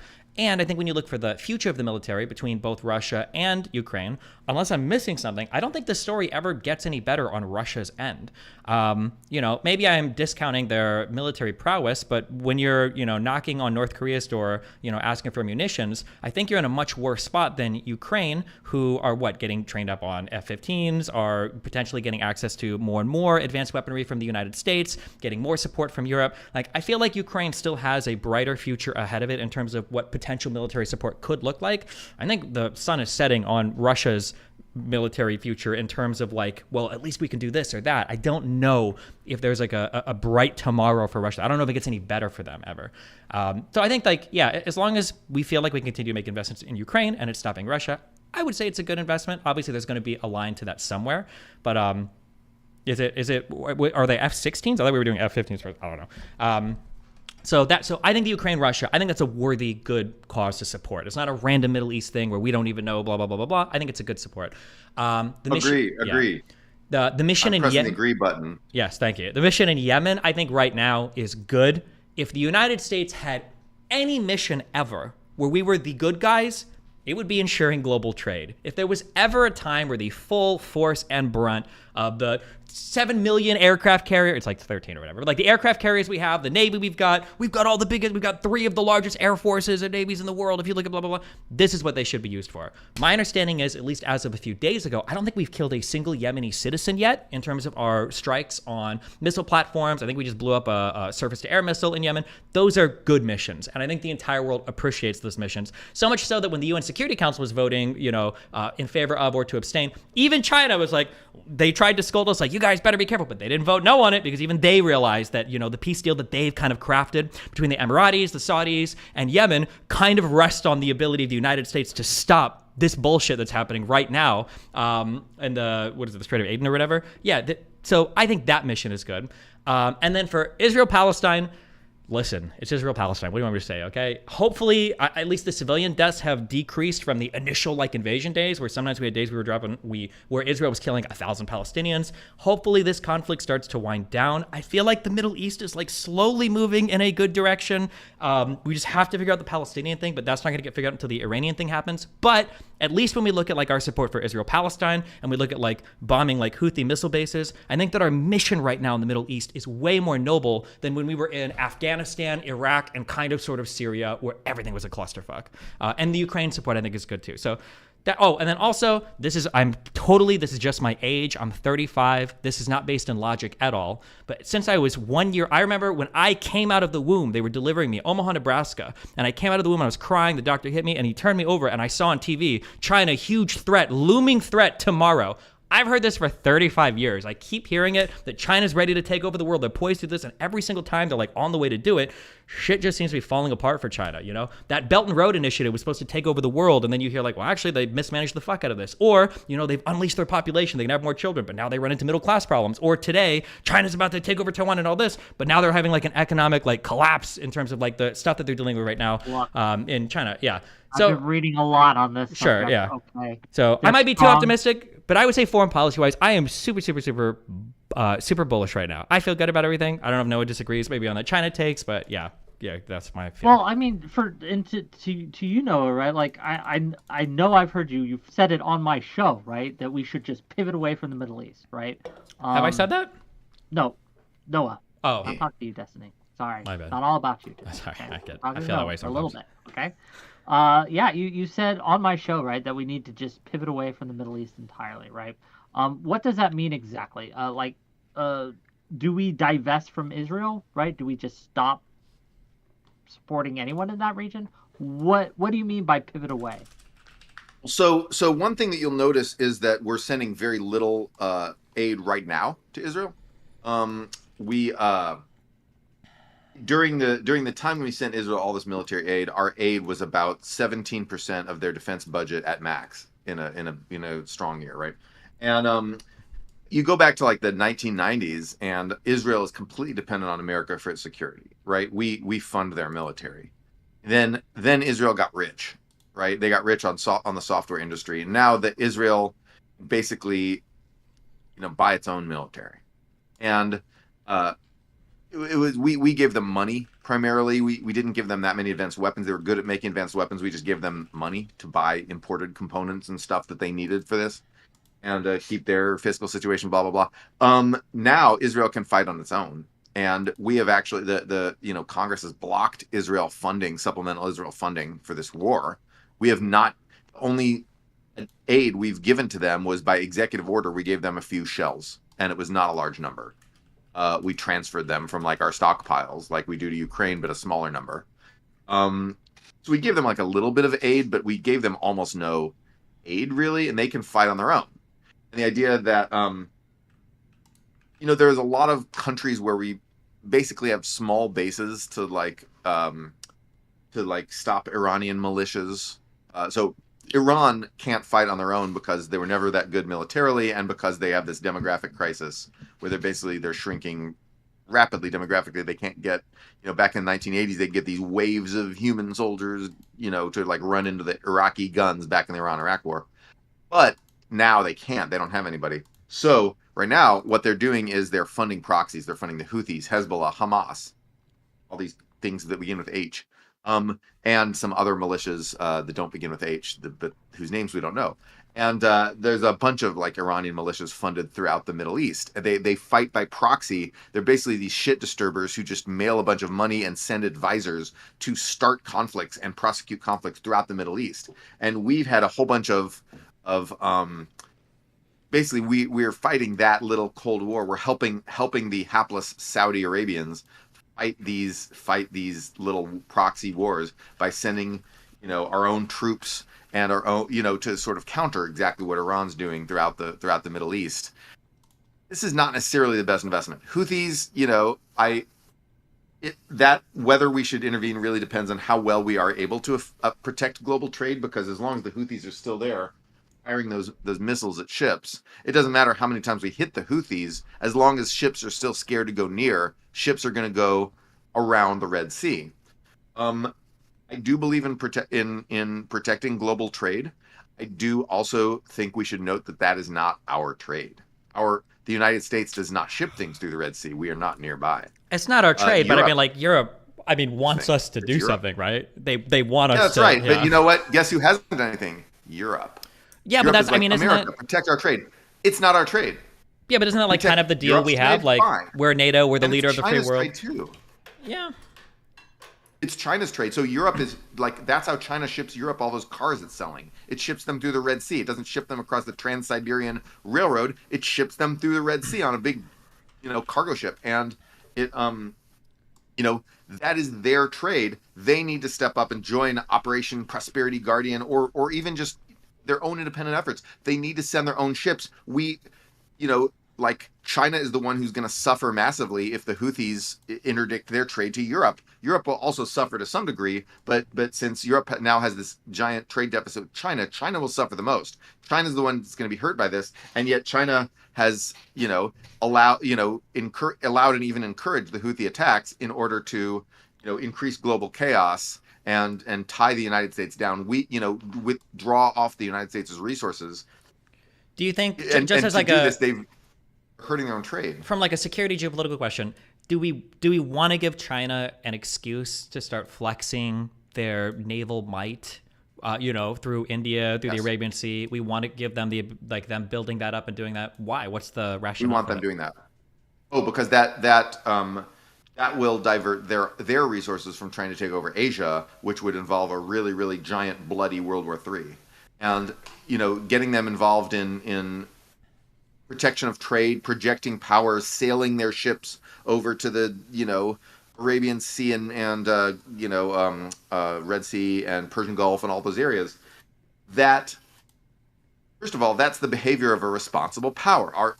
China's not going to just vanish into the ether. It's going to be an incredibly powerful country for decades and decades to come. And we always want them to be a responsible power, a country that doesn't disturb shit and try to start conflicts throughout the world, and, a country that helps uphold the global order from which they benefit. So why don't they spend some of their own vast resources and massively expanding navy to guard the trade that is theirs? Why is that our job? I'm in favor of us helping and doing it because I think we should be altruistic and help guard global trade and providing public goods. But it's their trade. They should pay some money, and they have this giant fucking navy. This navy that's much bigger than ours now. They have the biggest navy in the world. Go guard your own trade, guys. That's a better use of their resources than attacking Taiwan, attacking Japan, attacking India, attacking people in their home area. So a couple things. Okay, so firstly, I don't think the United States should do anything altruistically, and we absolutely don't do anything altruistically. So I feel like the defense of global trade isn't necessarily just like an altruistic, we want to help the world, but it's more just it like reinforces why we sit at the top of the world hegemon right now when it comes to managing security or managing trade or other sorts of deals between nations. I feel like the idea of giving all of that influence away over to China, although I guess since you want us to pull out of the Middle East, maybe you think that influence in the Middle East isn't important. I feel like that power vacuum and allowing China to like start to practice military operations at sea, start to flex their navy more. Like you say, they have the largest navy in the world, but like they have the most powerful navy in the world by any stretch of the imagination. Yeah, I don't know. I guess it depends on what you think the U.S. place should be when it comes to managing world affairs versus do we just kind of like atomize this a little bit more and let everybody kind of take care of their stuff, because at the end of the day, it seems like more influence for China for free when we already spend all this money on our military navy everywhere. Like what else are we doing? Yeah, but we don't have the capacity. I mean, money is one thing, but Americans are so used to looking at dollars that get spent on pages, that get allocated in Excel, right? We're a nation of Excel spreadsheets. You can look at dollars, but then when you look at actual ships and actual things that get bought, our things cost 10 times as much. And often that's not an exaggeration, actually, what I just said. So in some cases it's an exaggeration, in many cases it's not. We do not have the resources to simultaneously deter a Chinese invasion of Taiwan, pacify the Middle East, and fully support Ukraine against Russia. The United States, I mean, we had those resources if we were willing to convert large percentage of our economy to a war economy, if we were willing to increase defense spending from its current 3% of GDP to perhaps 6%, 5% even of GDP. That's 2% of GDP. Our GDP is what, $30 trillion, right? So 1% of our GDP is $300 billion. So if we were able to increase our defense budget by $600 billion, maybe we could do all this stuff that you're talking about and overcome some of our problems with, producing munitions and things like that, which I think we could do with the Defense Production Act and other tools. It would take a big push. If we were willing to do a Reagan-style military buildup right now, we could do all the things you're saying. And maybe we should do that. But nobody, like Republicans, are just dead set against it. And even if Trump doesn't get elected, there's going to be enough Republicans in Congress to block a Reagan-style military buildup. We've exited the time of history when Republicans wanted a strong military. I can understand that. I disagree with that. I don't think we've exited the time of history where Republicans don't want a strong military. I kind of agree, but I think right now, I think in Congress, I think what they are really trying to do is just oppose Biden at every single measure, whatever he could do. Because if Trump came in and he said that we need to fund the military, that every single Republican would switch on a dime and would say like, oh, you're absolutely right. We need to go blah, blah, blah, blah, blah.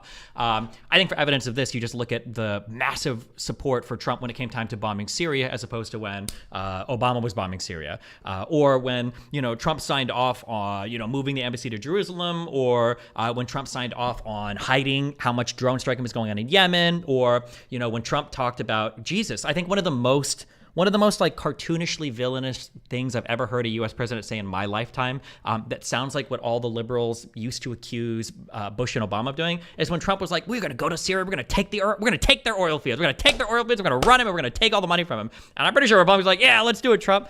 So I feel like Republicans right now will support whatever Trump wants to do. But I do think what you say, it's really important to understand that, and this really sucks to say, but a lot of our foreign policy at this particular political moment in time is going to be held hostage by figuring out how to maneuver around Republicans in Congress. So, for instance, and again, it sucks that these calculations even have to be made, is our inability to deal with issues at the border. Is it worth it to sacrifice that potentially huge election issue domestically to secure funding for foreign policy initiatives like in Ukraine? And right now, it seems like, unless that's changed, I think all of this money is being held together in the same types of like spending bills and stuff. So you're kind of like fucked. I don't know what that's going to look like or how that's going to play out. Yeah. Look, I understand that's an obstacle, but I guess maybe walk me through this, gang. Maybe I'm just not understanding that how empowering China to take our place basically in guarding this trade will make them weaker or make Taiwan more secure. Because I think that does the opposite. I think it makes Taiwan less secure. Taiwan is watching us to see if the U.S. specifically, to see if we're able to keep our commitments, right? They're watching us in Ukraine. They're watching us in with the Houthis and things like, with the maritime trade and things like that. They're waiting to see if people can trust us, right? If the international community can trust America to keep our word, right? And I don't know if withdrawing from the Middle East, I don't know if like ceding that ground is going to make Taiwan more secure. In fact, I'm worried it might embolden China to say, "Oh, look, we don't think the Americans can handle this kind of thing. So, what's stopping us, right? Why am I wrong? I guess would be the question." I feel like right now, I don't know if me and Noah actually have like a normative disagreement here, or if we just factually think things will play out differently. I think it's like I'm more scared of China. That's what we need to argue about. But yes, go sure. I think there are two futures ahead of us. I see one as being more likely. Noah sees the other as being more likely. I think Noah's argument is essentially that China should be tasked with the defending passage of ships through the Gulf of Aden, through the Red Sea, because it's China's economy as a manufacturing economy that exports a lot of goods and services, or goods especially to Europe. China's the one that's getting hurt the most by this. So it should be, the onus should be on China to take care of this. And I think Noah feels that China probably couldn't adequately do it, or that the additional strain or stress on them would either be prohibitive or would force them to make difficult decisions domestically if they actually had to field their navy, fund their navy, and then, take whatever political hits or geopolitical hits happen as a result of them enforcing these things in that region of the world. Whereas my worry would be China would rise to that challenge. They would do it exceedingly well. And then all of a sudden, all the players in that region, like Iran, who's also supported by Russia, and, Yemen, would look to China and be like, oh, you guys are really good. You are helping us. And then people like Saudi Arabia and the rest of OPEC would be like, okay, well, the United States didn't step up to do this. China, who's already mediated, peace deals in the region between the Emiratis, between the Saudis and the Yemenis, China seems like they want to step up. Maybe we should point towards them, and maybe we should kind of be working more closely with China rather than the United States. And then the question just becomes, what is the cost of losing all of that influence in the OPEC world that we've spent so much time and money and history building up? And is that worth a potential failure of China to enforce trade in that region, I guess, would be the worry. Okay, so I think that we have to think about alternatives, like what could China do with its power? I don't think that people understand the magnitude of China's power. People don't understand it because it hasn't been used yet. We're in a situation like the Europeans were in the 1910s, where America had this industrial might that was just incomprehensibly larger than everybody else.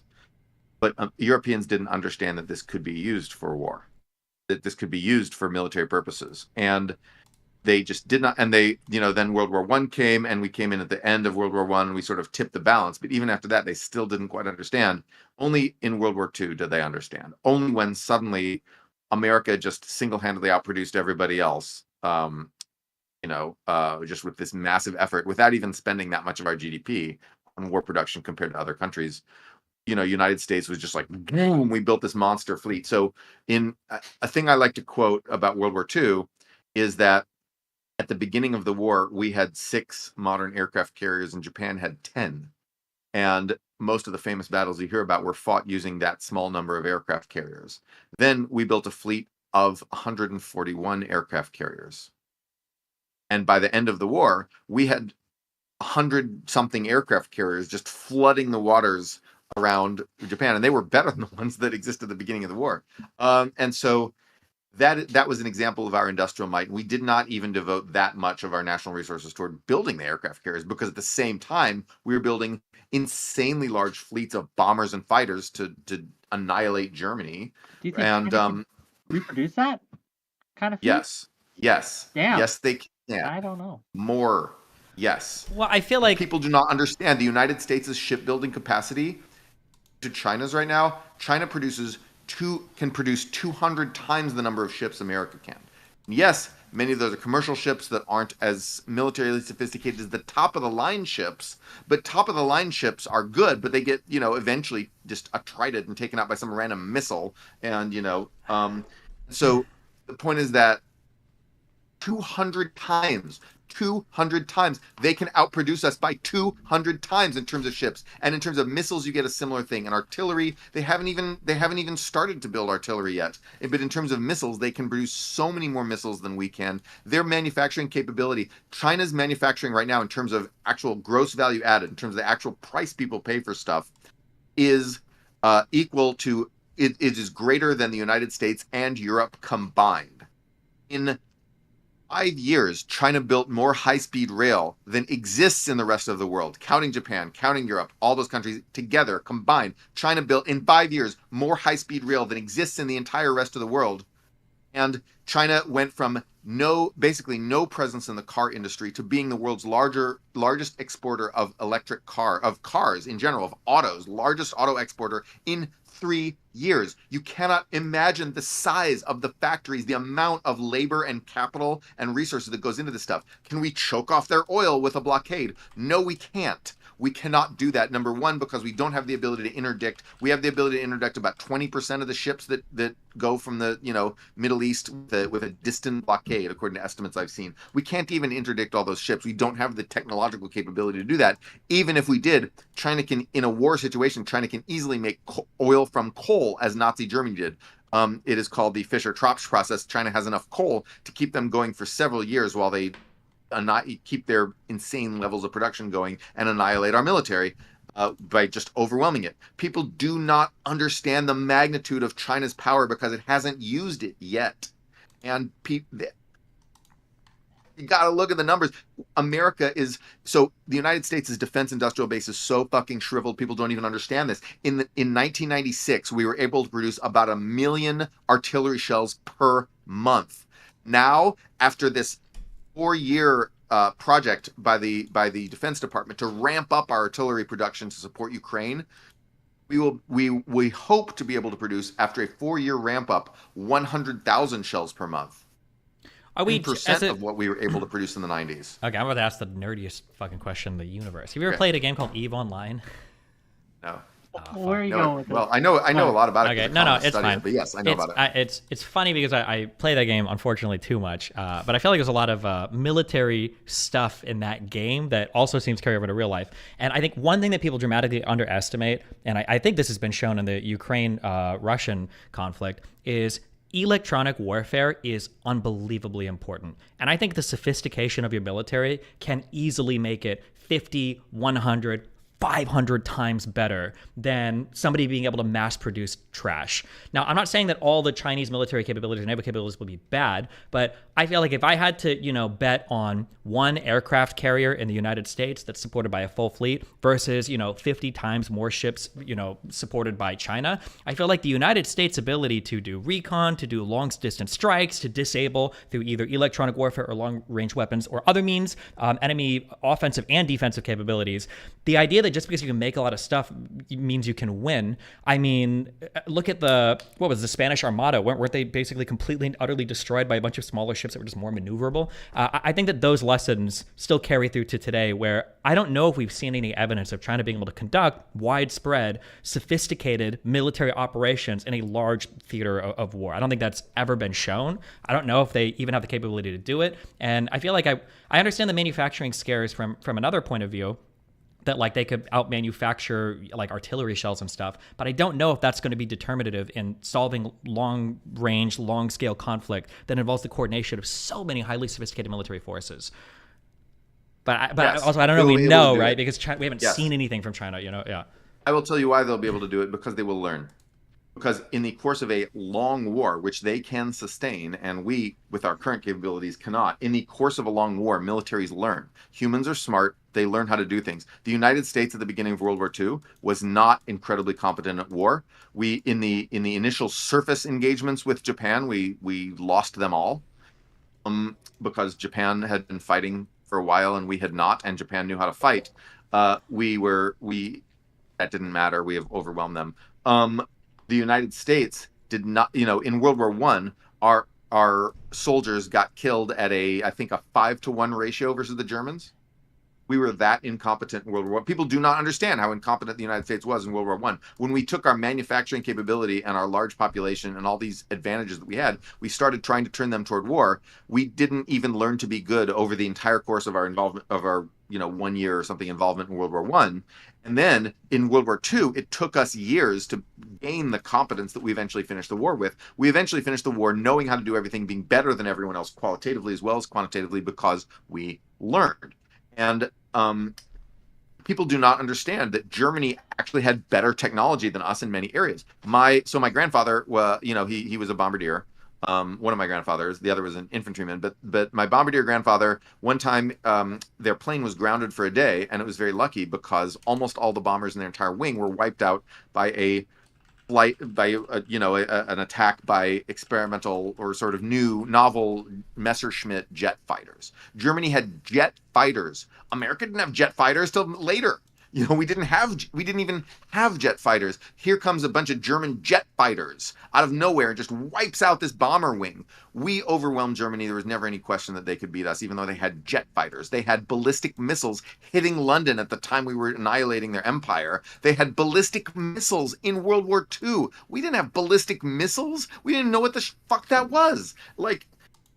We were technologically behind them in many areas of aerospace. They had jet fighters. We had bigger, heavier bombers, but they had a lot of stuff that we didn't. It didn't matter. It didn't matter at all. We just stomped them because our stuff was not the best, but it was good enough, right? Many people argue back and forth about how good the Sherman tank was, but at the beginning it had this underpowered gun. It was like blah blah blah.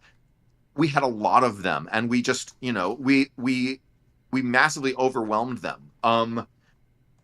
China's technology is not crap, right? We're not facing like some low tech country, right? They're not coming at us with like bamboo spears or something. They're coming at us with stuff that's a little worse than our stuff that they don't have experience using. And yes, that gives us an advantage. All the things you said are right, directionally correct in the sense that these are advantages that we have. But China will learn. If they fight us for more than a month, they'll learn. If they fight us for more than a year, they'll really learn. And as we've seen in Ukraine, a war that a lot of people think is going to be home by Christmas, is going to be over quick, ends up dragging on, and China has much more ability to sustain it. We sink China's first fleet, they build a new fleet. They sink our fleet, we don't build a new fleet. That's what happens. We can't build a new fleet, they can build a new fleet. They're like, okay, let's respawn. They respawn because of their manufacturing capacity. If you play, video games, like their army reappears because they can. Video game references. Are we going to do some Zerg dog? Yeah, right. Zerg tactics. It doesn't matter whether you imagine the China's Zerg, Protoss, or Terran. The fact is that they have the resources, and that we do not. We have the depleted fucking Vespine geysers in the little mineral field with only one little crystal left. Don't you think if we do get into a shooting war with China, that we won't upgrade and expand our capacity at a record rate? Like those obstacles that we have now that prevent us from really upping the military-industrial complex back to its former glory. You don't think that we would turn on a fucking dime, right, to do that?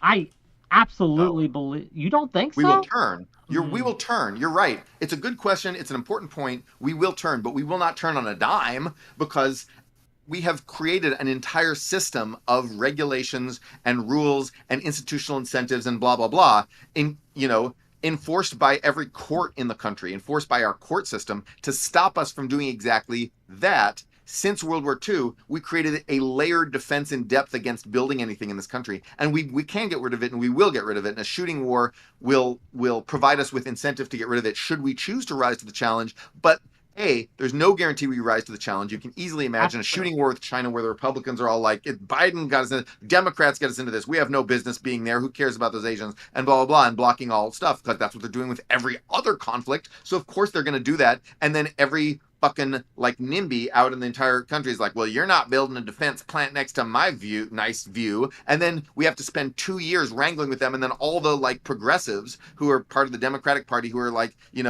the Roosevelt Institute, who actually wants to do industrial policy in order to get good manufacturing jobs for Americans. But they also are funded by a bunch of lawyers, and they love lawyers. And they're like, well, actually, no, we've got to build all these munitions in an environmentally responsible way that maintains access for stakeholders and has, 85% union labor on every project, even where they're in right-to-work states where there are no union laborers, and blah, blah, blah, blah, blah. And it will take us years to overcome that giant thicket of anti-development stuff that we have built up, and people are not even...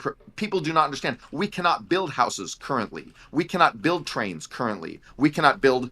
We are having a hell of a time building chip factories currently. We are having, we're spending, we're having a difficult time. Even our industrial policy that we're doing right now, which is an expansion of, you compare our expansion to China's expansion that they're doing in terms of building ships and cars and stuff. We're building a lot of the same things. We're building battery factories for electric cars. We're building chip factories, blah, blah, blah. If you compare what we're building, we're struggling. China's just zooming because they have an entire system dedicated to building things tomorrow. We had that system in World War II. We will have to rebuild that system. And at the end of the day, it will take us years to do that. And those years of fighting, are we prepared to sustain a losing war through, with Republicans in some power, holding some power? Are we prepared to have the will to spend 2 years getting our ass kicked while we figure out how to get rid of all the NIMBY bullshit that we've built up since the 1970s? I think maybe we will, but maybe we won't. And it's such an insanely large challenge that you guys are envisioning, such a transformative, huge challenge that to not start thinking about this now is criminal insanity. We've got to start thinking about this now, or China will do to us what we did to the Axis in World War II, and then we'll be done. Anyway, I'm scared. Go ahead. I don't I don't want to give it. up. I don't wanna believe give any up. of that. Listen, I want to take the challenge seriously. I think there's a difference. I think that you had the opportunity to learn in earlier like wartime theaters. I don't know if China's gonna have the opportunity to learn now. I'm pretty sure that like back then it might have been that like, oh my God, this one guy with a rifle or a certain kind of tank is obliterating us on the battlefield. I think today it's gonna be like, wow, I think America has really good tech, and then you're destroyed from a missile that came from a plane that you couldn't even see on radar like 30 miles away, and you're already dead, and you have no idea what happened. And that plane is already re-landed on an aircraft carrier that is 100 times more sophisticated than anything you can even conceive of building, because the only thing you can do is manufacture huge quantities of shit, and you're only doing it because you're relying on so much fucking trade deficit with like Europe and other countries. I don't see China having like this unbeatable, this navy that I don't even know if they can venture into blue water yet. I don't know if this navy is going to be the thing that's going to destroy the U.S. in any kind of like long-term drawn-out war.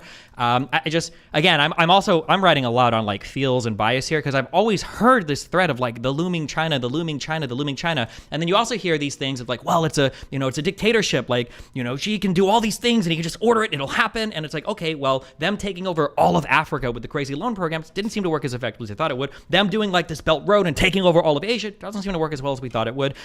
Them being able to conquer any economic problem and not have these huge demographic issues that they're running into now, it seems like they weren't able to deal with that as well as we thought they could. I feel like they're more like Russia in terms of, we've got a lot of stuff, we're going to blow you up, than like a World War II USA who has an untouched country, potentially thriving economy, trade still accessible with people that want to do it.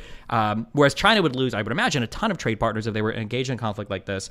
But at the end of the day, I'm just like, I'm totally shooting into thin air, because I don't actually know at the end of the day what would happen. But I'm curious actually. Let's say that all of this, Noah, that everything that you're saying is true. I feel like this was kind of my argument earlier for saying this is why I exactly don't think they should be defending like the Strait of Aden or defending any trade through the Suez Canal, because why would you want them to gain that practice and that early military experience so easily and cheaply, just defending people from pirates in Yemen? Wouldn't we want to deprive them of that military experience?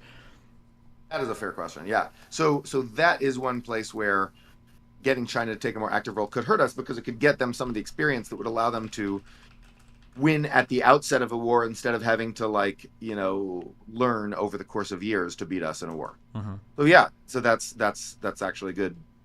I also feel like one of the things too is, but Europe at least should guard that strait, because that's their trade. Sure. Europe to be fair, I think like the UK and I think France have sent like a couple boats. They're there. Okay, they're there in spirit at least. Yeah, a couple boats. These guys are such free riders. Yeah. These motherfuckers. I also think that there's something to be said for I might be very recentist in my thinking here, and that I'm exceptional because we're in 2024 and it's not like any other year ever. But I feel like technological sophistication today, I feel like is a lot different than it used to be back in World War II times as well, where before you might have a guy, like Einstein working on a paper, and he's got this awesome theory of relativity, and this one guy in science can like flip everybody on their head, and these people in labs are making these contributions to things, and this guy is like, fuck, like maybe we should change our plans like this. I feel like in 100 years ago, or even like 80 years ago, maybe technology could work this way.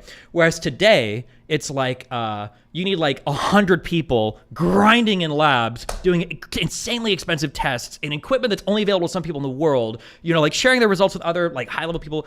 The technological advances made today are so much harder to do that I would wonder if it's possible that you could make all these, leaps and jumps in terms of technological savviness in China as quickly as the United States could in terms of catching up in World War II. I'd be curious if that would be possible, or if there's a bigger technological hurdle today that can't just be overcome with need, I don't know, but what we've seen in Ukraine is not that. So what we've seen in Ukraine is that the Ukrainians, using Western technology, had a substantial technological edge over the Russians for a while. At first, the Russians had a slight technological edge over Ukraine because they had done a little bit more research, and it wasn't really that big a difference. It was mostly old Soviet shit that they were using in the first year of the conflict. Then we gave Ukrainians HIMARS, we gave them this and that. And the Ukrainians had a technological edge, and it did help, but it wasn't like incredibly decisive. They've sunk 20% of Russians' Black Sea fleet.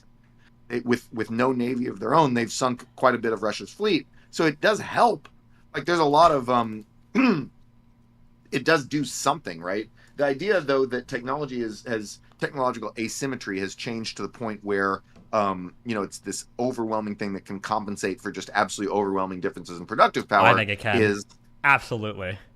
I hope you're right, but we need to plan for you being wrong. Sure, I agree with that. But like even when we look at like Ukraine is like Ukraine is like the little dude that wants to go and fight against Russia. He seems like this big bag indomitable force, but like we're like drip feeding Ukraine technology, tanks and planes on like the smallest syringe possible. Like if we were to unleash like a full brunt of like, listen, here's a fuck ton of planes, here's a fuck ton of missiles, here's a fuck ton of tanks, go crazy. The reason why we don't do this isn't because we think that Ukraine can't use them. It's because we think they'll be too effective, start invading Russia, and now we've got World War III. So I feel like if anything, Ukraine's defense against Russia, the only reason why we're drip feeding them weapons so much is because we don't want them to do too well, and then like, fuck, now we're like in a huge, international land-based conflict, which I think people don't want to do. But yeah, I don't know. I feel like for Ukraine, I think that their stuff, it's not that we've just like opened our armory to them. They've worked really well with a pretty limited set of assets we provided. And I feel like those limited set of assets have been really helpful in terms of them. Look at small drones. Look at small drones that like, drop grenades on infantry, blow themselves up on like, FPV drones that blow up vehicles. Look at that. That is not a technology in which the United States was leading at the beginning of the war, and it is not a technology where Ukraine's edge has been determined by United States aid. Well, who are they getting their drones from? Do you think they're manufacturing all of those? Ukraine's making their own. They're making their own. With all their own technology and everything? Making their own and buying them from China. They're making their own and buying them from China, yes. Yes, Ukraine invented these like little cardboard drones that were able to like fly 1,000 miles into Russia and bomb some refinery or plane. Ukraine invented that. Ukraine is arguably better in small, cheap drone technology than the United States is now. I think they're probably better. They're building their own stuff. They're buying from China. Most of the, like the DJI drones just absolutely rule the skies. If you look at those videos, every time I post one of those videos, people are like, why did you post a snuff film? It's because so you could see what the battlefield looks like now, so that you could feel the fear of understanding why America needs to invest in the shit. And so all those drones come from China that are dropping grenades on soldiers, and soldiers are like, little drone, some little toy just killed me in those videos that people get mad when I post. Those drones are from China. The United States does not make those drones. We do not make. Our military doesn't. Raytheon doesn't. No one makes that shit, and yet they are incredibly decisive on the battlefield. The long range drones that just just randomly bomb someplace within Russia, those are made in Iran. Those are Ukraine's making their own, and their own variants, which are probably better. But Iran is making those in large numbers for Russia, and now Iran has helped Russia make their own. Those are not made in the United States. So when we've seen the drone war in Ukraine, we've seen this technological conflict. It is not dominated by United States just comes in with some awesome, gee whiz thing that can blow everyone else's thing away. It is not that. It is a case of technological adaptation and rapid catch up, where whatever the Ukrainians come out with, the Russians learn how to do, and whatever the Russians come out with, the Ukrainians learn how to do. And I'm not saying every single area of technological competition in a U.S.-China war will be just like that, but there will be lots of areas like that where China learns. Chinese people are as smart as we are. They can learn as well as we can. They learn, and the Russians learn, and the Ukrainians learn. These people all learn. People learn to fight wars. The United States learned in World War II. And just saying, what do we have on paper at the very beginning of day one of the war is just a fancy way of saying this war will be over by Christmas, and it won't.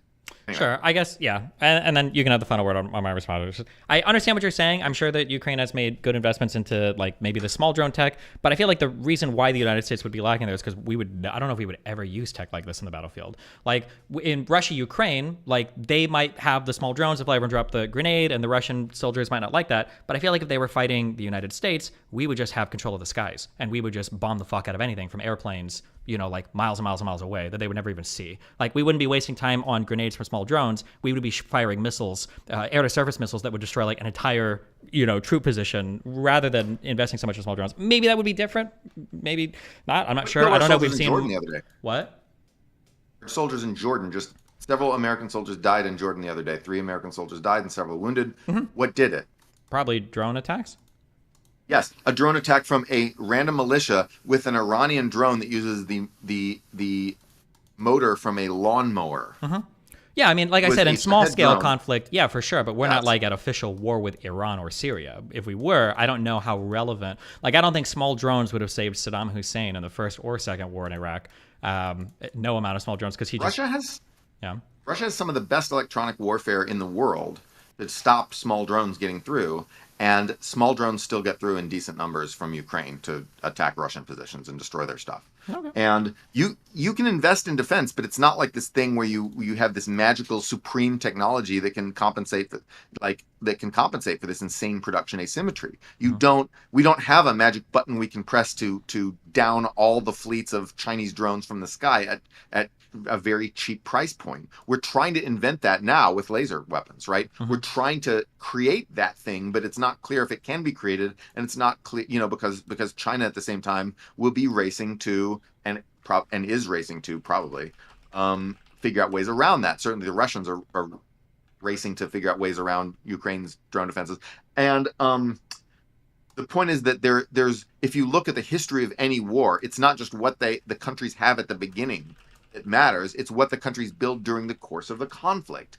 That happens every damn time. It will matter what we build during the course of the conflict. It will matter what the Russians build during the course of the conflict. It will matter what the Chinese build during the course of the conflict.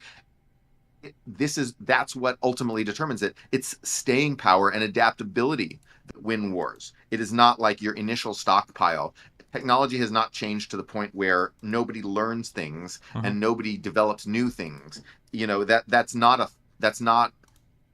Technology has not changed that much. The only thing that we could do, we could nuke China. We could unleash hell and start, a global apocalypse on day one. And then maybe after that, they couldn't bounce back. Although, honestly, they couldn't bounce back. Even after that, it would not take them out and destroy them. Even nuclear bombs would not do that. So, what? Yeah. Really? That's a thing no one wants to hear, but it's true. What do we mean by nuclear bombs would destroy them? Well, we have 1,500 nuclear weapons, and if every nuclear weapon killed, 100,000 people, we've put a dent in China's population. We'll put a dent in their production structure. Their production structures are incredibly widely distributed. If you look at the radius of nuclear bomb, of course, we're going to give a fuck ton of people cancer, but a full nuclear strike by the United States on China would not take out it wouldn't destroy Chinese civilization. It wouldn't destroy the human race. It wouldn't cause, even the nuclear winter estimates are it would cancel out the effects of global warming so far. But, sure. I mean, I don't think for nuclear strikes, I don't think the goal is to eradicate a population or to go for population complete destruction. We could have done that with our Cold War stockpile. We had 30,000 nukes. Sure. But I mean, the goal is probably to just I imagine if you can destroy 100 to even just 100 major manufacturing areas, you've probably crippled by what, 20, 30, 40% the enemy's production. I feel like you talked about this production. You cripple their production by 20, 30%. That's not crippling. A few nukes, well, not a few, but enough nukes to take down their production levels to lower than we are now. I just don't believe you. I think that takes them out of the game. I don't know. I may be wrong. But do you want to find out? No, well, obviously not, right? Obviously not. But I don't know if we would need to go that far, right? I understand that China's been doing saber rattling when it comes to Taiwan, and they've been doing that for a while, and they have actual plans to invade Taiwan, to strike U.S. military bases before they invade Taiwan, to keep us out of the area. So their goal is to have a mission accomplished before we could actually get there and stop it. I get that. I just don't know, right, if they'd be able to hold us off for enough time for us to just reverse that. And I don't know if they want to be in a protracted war with us. I just don't think they do. Well, hopefully we never have to find out. Yeah, I know. Did we want to be in a protracted war in World War II? Of course not. American was incredibly reluctant to get in that war. Only Pearl Harbor motivated Americans to get in that war, and FDR lost vote share each election during that war. A couple super chats from Artemis Fowl to say 1 B-2 Spirit and a 2,000-pound payload can empty 3 Gorges Dam. It is very unstable, and 150 million Chinese citizens will be lost downstream from just that one rupture. I don't know if that's true or not, but fair enough. We can blow up the 3 Gorges Dam. It's not going to kill 150 million people. I'd kill a million. A lot. Let's kind of take it back just a minute, because I want to talk about some of the when it comes to the obstruction that's happening right now in Congress and things like that. I want to take it from Congress to more of a social pressure. Do you think that the way that the media and the even social influencers are covering the current conflicts is making us more or less secure globally? What do you think? Globally? Or is it I'll go Destiny. geopolitically, right? Like on a geopolitical stage, like for example, I would say that as a principle, any time your multiple personalities are fighting yourself, you're less able to fight things internationally. So the more divided you are domestically, always necessarily, the more unable to mount a consistent foreign affairs program. Full stop. You can see this in terms of look at our different treatment of Iran. You had Bush put them on the axis of evil. You had Obama, sign a nuclear deal with them, and then you had Trump renege on that deal.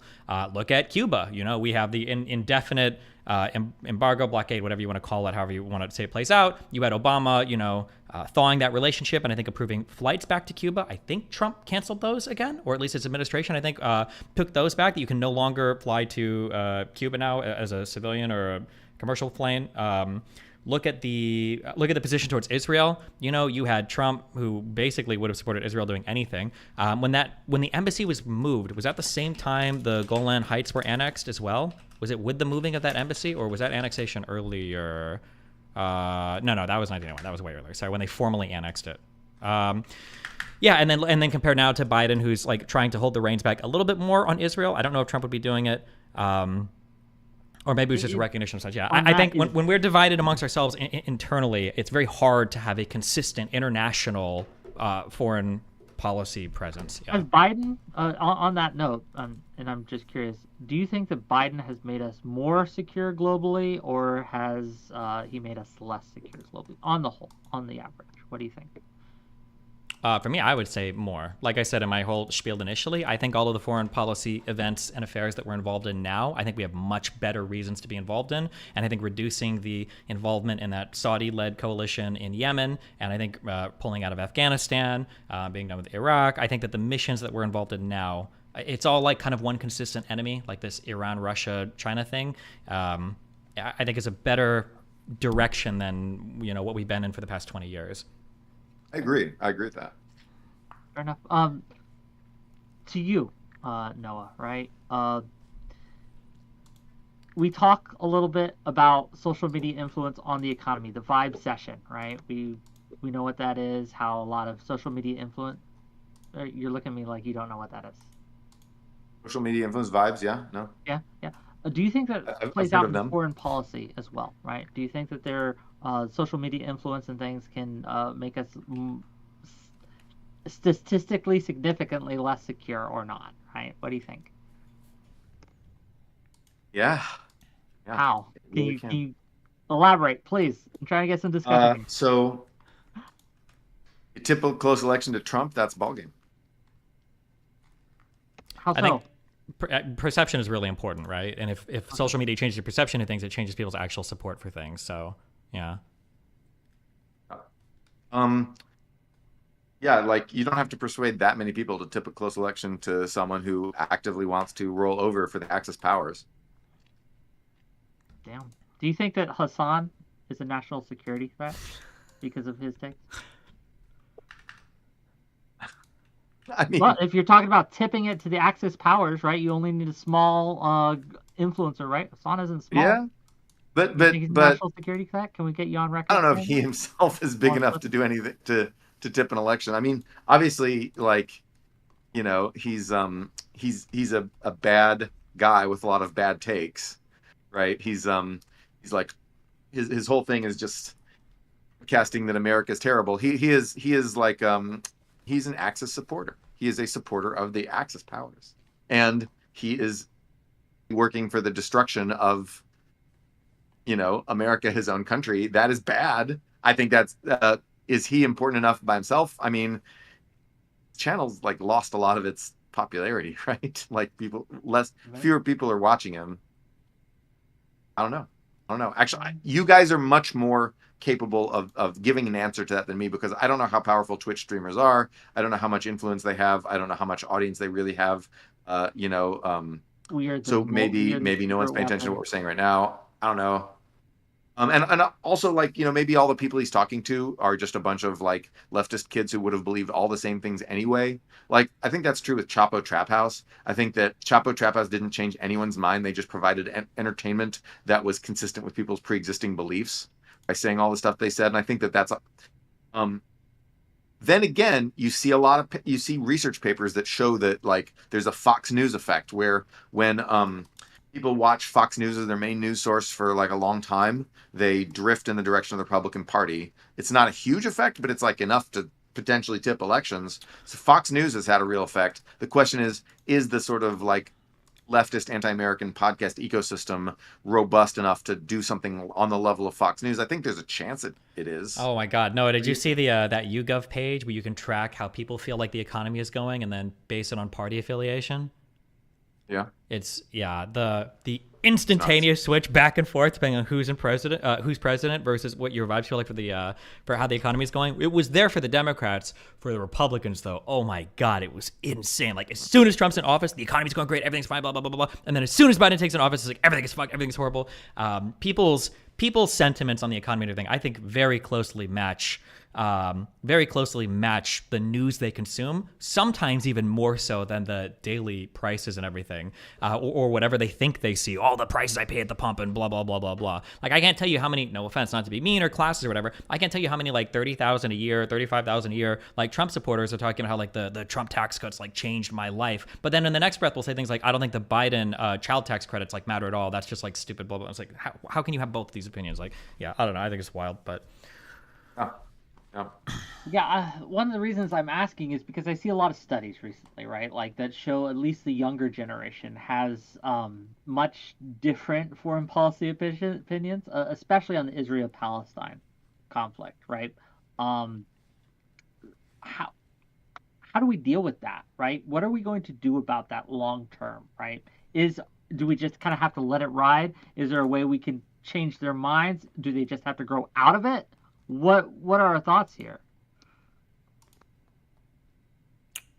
For social media stuff?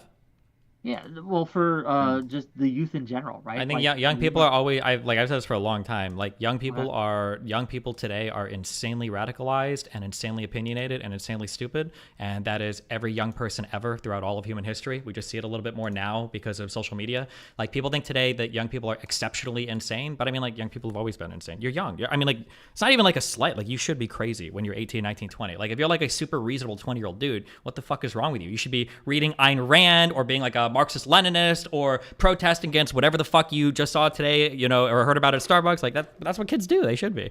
The only mistake that social media has made is not requiring social security numbers to confirm the age of every motherfucker on the platform, so you can auto-ignore everybody below the age of whatever my age is. So right now it would be 35.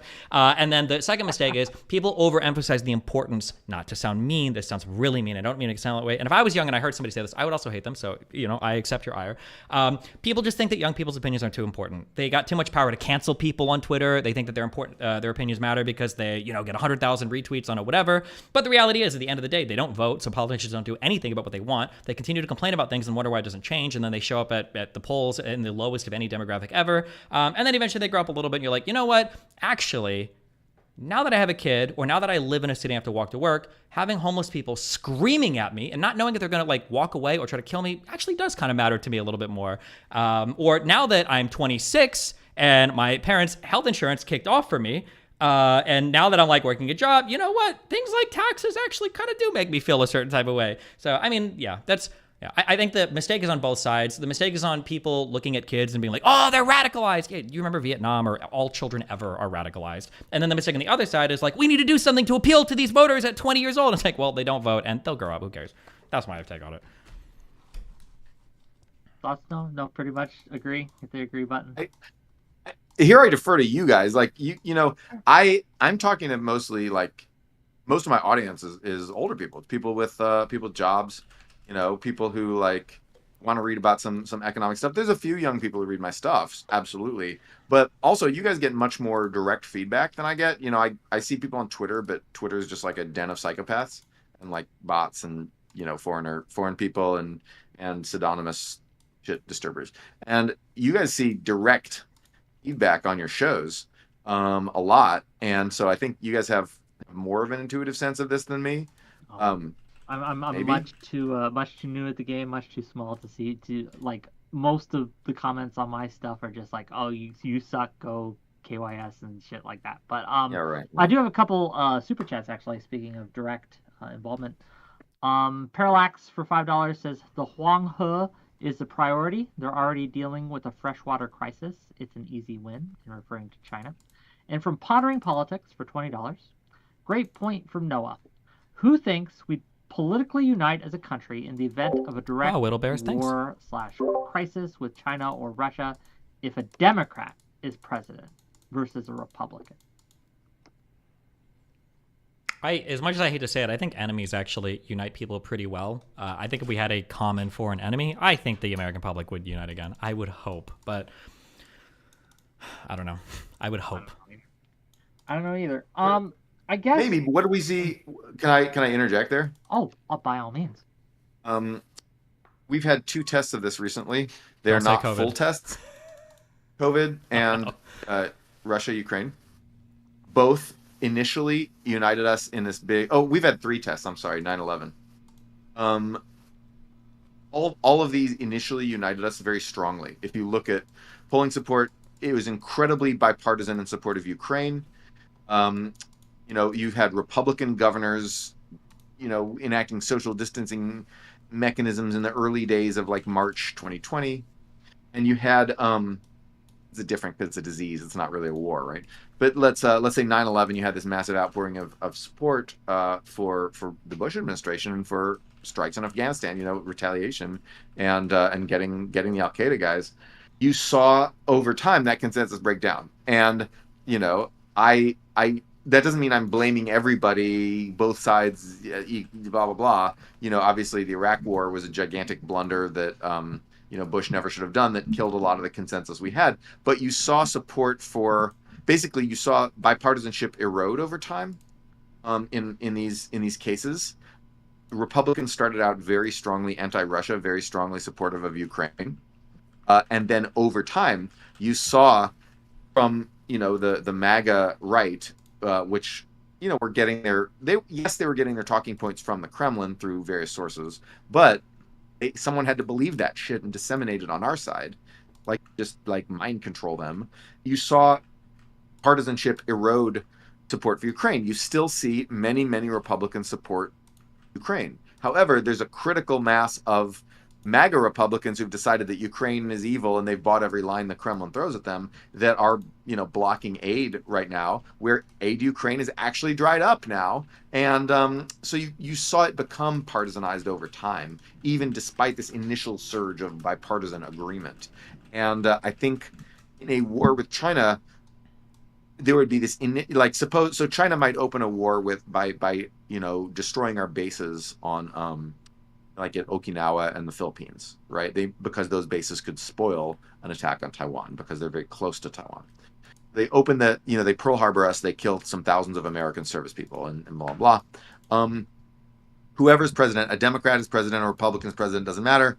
We fight China. 2 years later, 2 years into that fight, what does our partisan split look like in terms of the people who are like, give up, why are we there anyway? Isn't this just another Iraq times 10?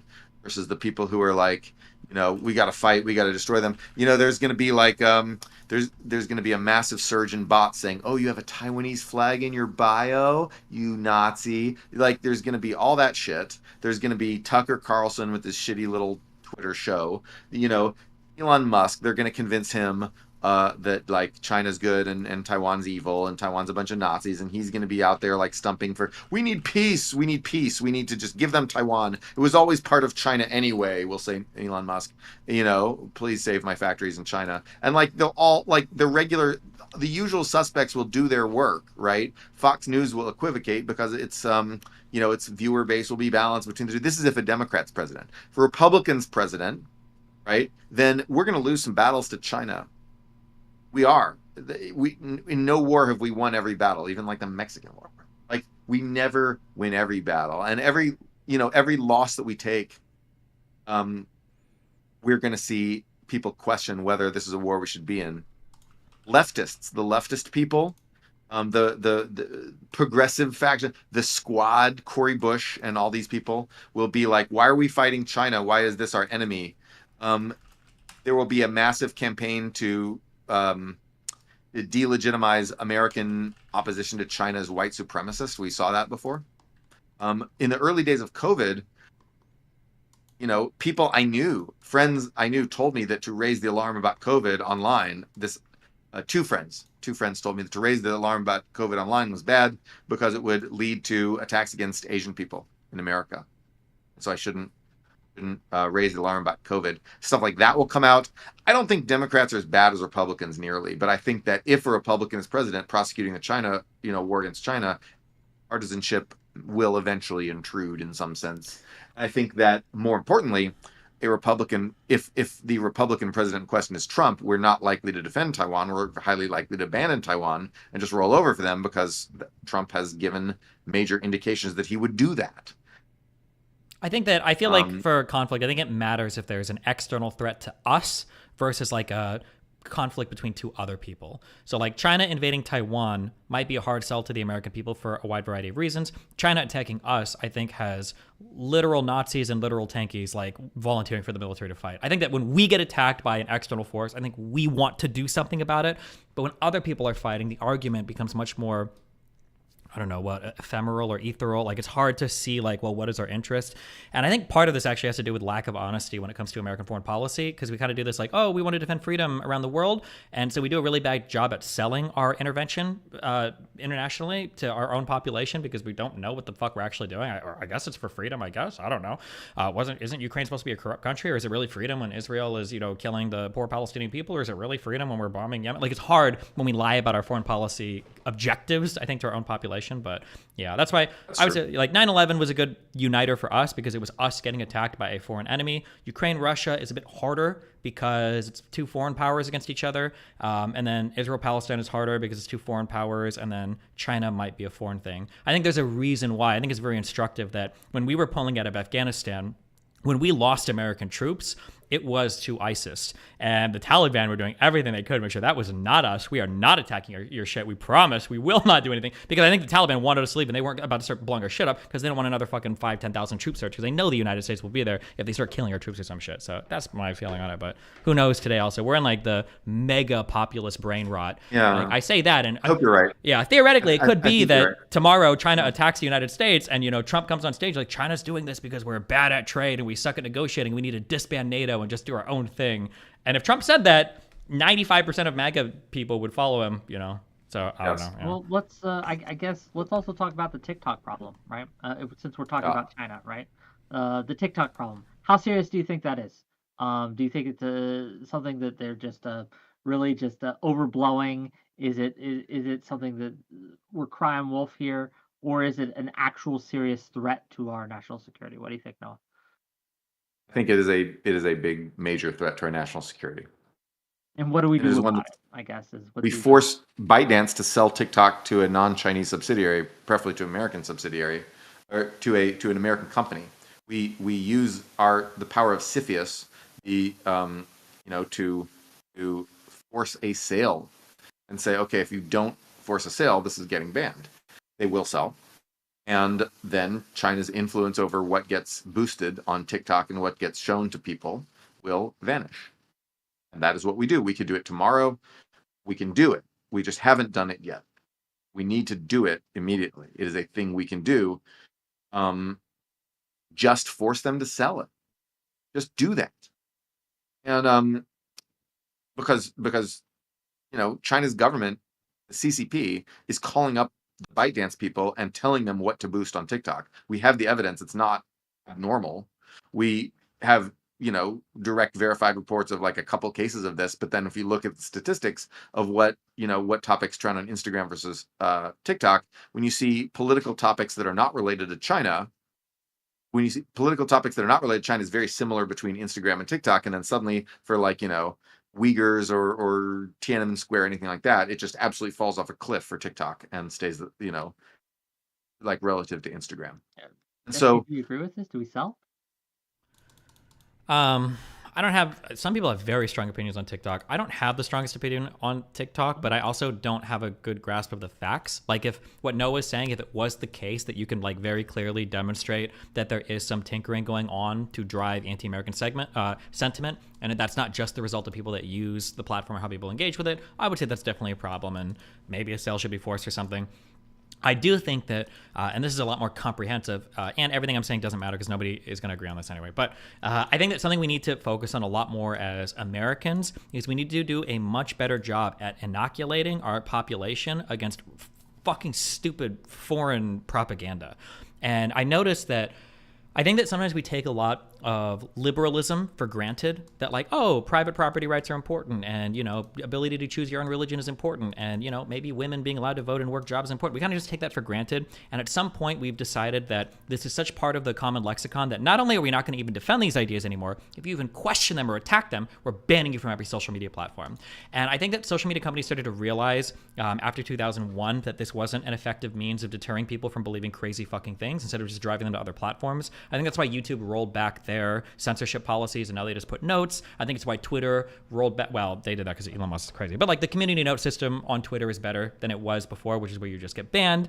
I think that we need to do a much better job at educating people on like, hey, I know that you might not like the U.S. State Department all the time, but man, you sure are fucking retarded if you don't believe the U.S. State Department and then you start retweeting things from Russia Today. That makes you really stupid, and you need to understand why that's really stupid.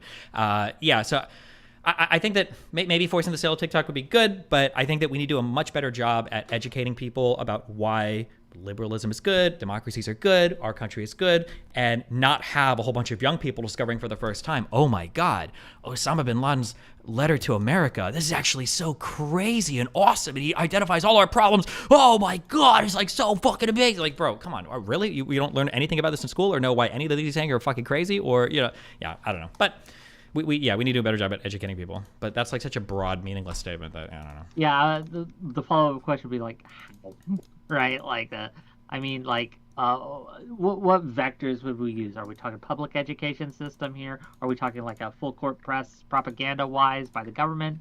Like, what are we looking at, right? All the weird administration shit that goes on in colleges right now needs to come to a grinding, screeching halt.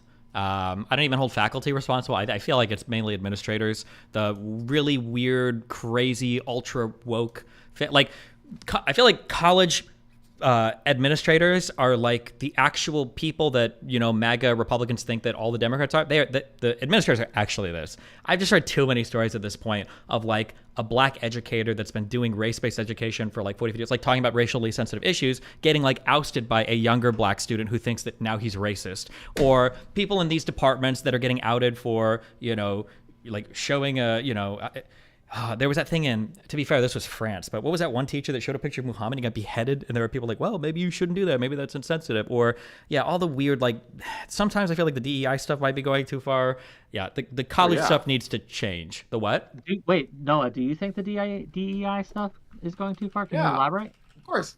I mean, if you take the name of DEI at face value, diversity, equity, inclusion, like, okay, that sounds good. And it's certainly very easily possible for me to imagine programs that would be very good at these things, promoting these things. And in fact, there probably are examples across America of policies that are very good at promoting these things. However, when we see what has been done in actuality, you see that a lot of DEI is, for example, corporations requiring everyone to take these training seminars where they hire like the goofiest consultants in the world, Tima Oken and Robin DiAngelo, to tell you that like punctuality is white culture, and math is white hard supremacy. work is white culture.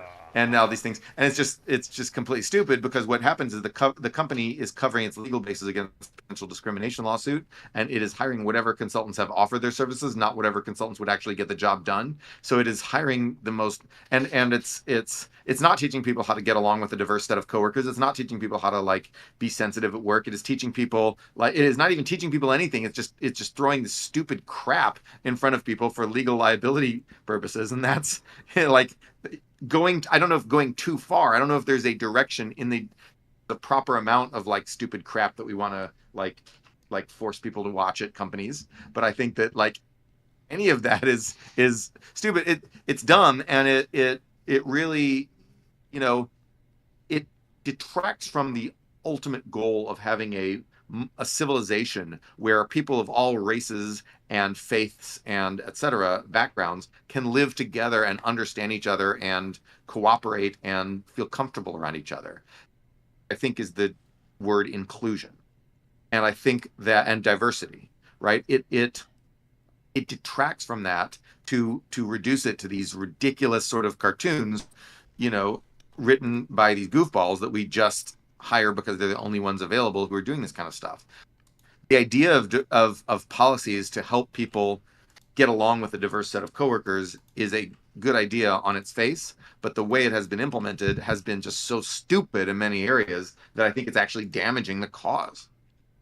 100% agree. Yeah. It's just like some of it is like there are some incredibly positive ways to do affirmative action related stuff, like recruiting in predominantly black high schools or offering scholarships to disadvantaged communities that are can even be racially targeted. I don't know where the Supreme Court stands on that, but like I think there are ways to do affirmative action that's incredibly positive. But some of the goofy shit, like, oh God, I hate that I even have to say this, but like if I hear somebody talking about any topic and they use the term like anti-racism or anything having to do with colonial anything or oppressor or whatever, I already tuned out. I feel like I'm not gonna hear anything of value from a person talking about this. And the weird ultimately it's just anti-Americanism. It's the idea that like if you're pushing the idea that America is this inherently white supremacist nation that must be destroyed in order for diversity, equity, inclusion to be achieved, you are hurting. You are hurting the cause of a multiracial society. You know, you're the problem. And so this like letting anti-American leftists take over DEI, which because they were the ones who stepped up when we said we need DEI, everybody, we need to hire DEI people. Anti-American leftists, you know, like I'm sure that Robin DiAngelo and Tama Okun would not concede themselves, the two like nice white ladies who run the DEI consulting businesses. I'm sure they would not consider themselves anti-American leftists, but I think that you know, increasingly materials are coming from there. You know, increasingly we're going to see tankies writing DEI shit to basically say, you know, like that anti-Americanism is the key to diversity and inclusion. It's bullshit. It's that is hurting the cause of diversity and inclusion in American society, and yet that's who's stepping up in that space. Yeah. And so, yes, if you want to say that's gone too far, I don't think that's the right language. I think it's just doing the wrong thing. You know. And that's how you get people like the LGBT marching for Hamas. Like, what the fuck world have we just entered? Like, what are we doing right now? Also,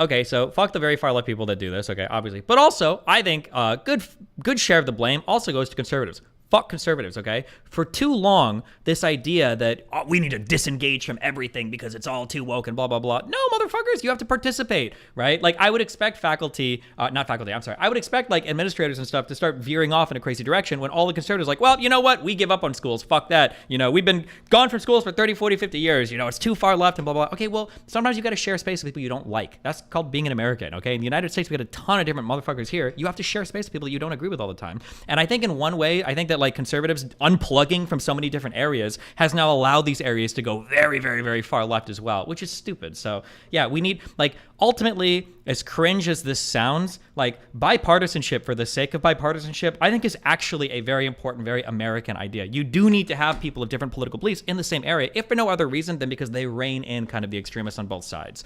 Yeah. Based rants, gang.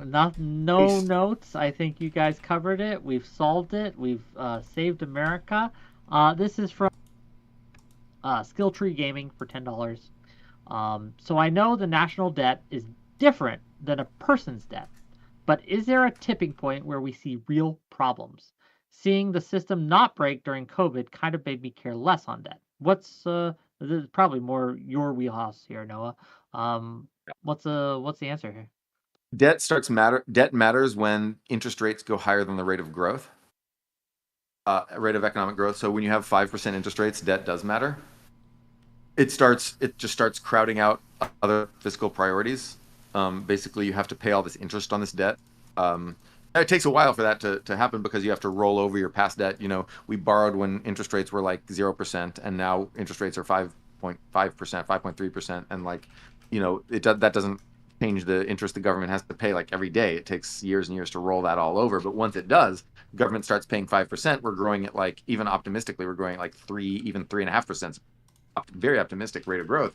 5.3% is higher than that. And so what that means is when you have the interest rate higher than the rate of economic growth, it means that the overall government revenues, the revenue base, the tax base is not growing as fast as the amount that we owe on our debt. Interest costs snowball. So what we have to do then is crowd out other spending. So to spend less on the military to deter China, we've got to spend less on social insurance to take care of old people and medical care and all this stuff. And so then it becomes a problem. So the thing is, if interest rates were to stay high for a long time, it would be a problem. And this is what happened. This is why back in the early 90s, when Clinton was running for his first election and Ross Perot was there and all this stuff, it's why they just kept talking about national debt, because at that time, growth was slow, or interest rates were higher than growth, or substantially for years and years, for the entire 80s, basically, as a remnant of the interest rate hikes that we did to beat inflation. And this meant that interest expenses were starting to crowd out other stuff on the federal budget. That's why everyone was a deficit cutter in the early 90s. Late 90s, that faded. Okay. You okay? You good? Yep. If you die on my stream, it will be a tragedy, and I probably have to cancel the VOD. That would suck. So please don't die. Increase Stay engagement alive. numbers. Snuff film. Last question for both of you, right? And I'll go to Destiny first with this one. What is the number one priority, the top thing that America should do today to ensure that it remains a global power into the future? What is the one thing that you think we should hone in on or stop doing? What's the key here? Alternative media has been a mistake, okay? We experimented with it, okay? And it failed. I'm so sorry, Noah. That means your job goes away, but my job goes away too, okay? No more alternative media. I think the biggest mistake, the biggest disaster right now that we are facing as a country, and I don't know why, but it even feels more accelerated in America than other places, is alternative media and passive media feeds, meaning when you sit in front of a screen that shows you what you want to see, has caused us to diverge in reality so much. And when you are living in epistemically different worlds, you have lost the ability to communicate to each other. I don't even know how much Americans disagree on anymore. That's fact or reality based, but rather the disagreement is on these fundamental facts that we don't agree on, and that's a problem. I think that we can have a healthy argument on what should our immigration policy look like or what should the border look like, but we can't have that when some people think that there is absolutely no problem whatsoever with immigration and it's perfect and fine and we don't need to do anything, and another group of people thinks that, well, didn't 3 million illegals per year actually fully come to the United States and stay here over the past 4 years? And that subject carries over 1,000,000% to every single other topic, right? I think there are really fuck, this sucks too. It sucks because we don't get to have any good conversations. There are so many fascinating conversations that we will never have about COVID. What does an effective lockdown look like? Should we mandate things like masking or vaccines? Should there be 50 different state policies or one federal policy? What should stimulus look like? Who should be allowed to fail? Was the PPP, was that a good idea? Was it a bad idea? There are so many, is the vaccine, rushing into that timetable, was it good? Was it bad? There's so many good conversations that could be had there, digging through the data and figuring out what an effective policy is going forward. But instead, all we are obsessing on is, did China create this in a biolab, weapons grade 5 alpha facility to unleash in the United States population? population? Do we all have massive strings floating through our body that came from the vaccine that's going to cause us all to die randomly in n+1 years? Because it's never now. It's always going to be 1 year in the future. No. And yeah, we can't talk. There's no good conversations because we're all like in totally different realities now in terms of how people feel. And that sucks. That has to change. Nothing else can happen going forward until we are like, at least, even if we disagree on like things that happen, we're kind of living in the same reality, in my opinion. We have to get rid of your jobs to save America. True. Based. New opinion. What do you got? Same question. What are the big changes we need to make in America? Number one, the number one priority that America should have, right, to change, to stop doing, to start doing, to ensure that we are a global power that is heading towards a bright future. The number one thing we need to do is start understanding that our allies are allies. People are, everyone wanted to get out of the TPP, and they all made up reasons about like intellectual property or whatever allowed them to get out to say the TPP was bad.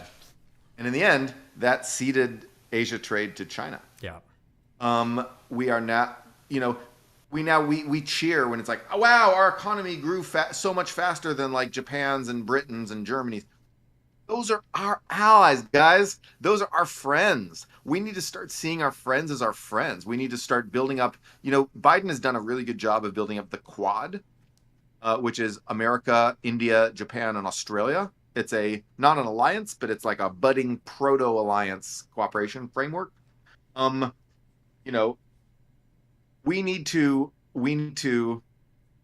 cooperate. We need to understand, especially in Asia, these countries that for so long we regarded as economic competitors, like freaking out about Indonesian shoe factories in the 90s, or like freaking out about like Japan buying US steel, some Japanese company. It's not even Japan, it's some Japanese company buying US steel. Because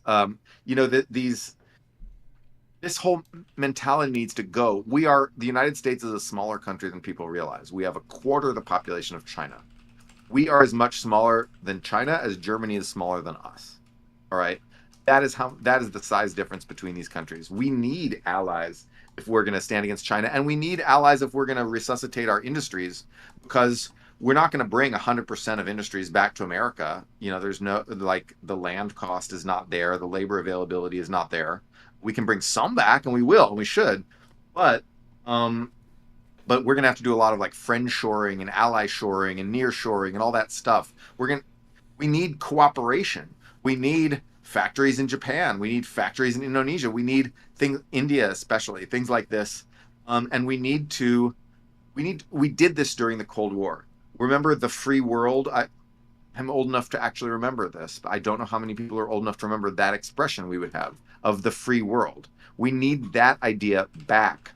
And so we need the idea that America is just America alone and goes it alone, which developed after the Cold War, is toxic and poisonous. We need to get rid of that idea and start seeing ourselves as a member of a team of free countries again. Anyway. On that point too, we need to heal ourselves from the PTSD of Iraq and Afghanistan. Every single fucking time a foreign policy issue comes up, it's always like, what about Iraq? What about Afghanistan? What about Iraq? What about? And it's like, okay, please, fuck. Not everything is Iraq and Afghanistan. Yeah, jeez. Right.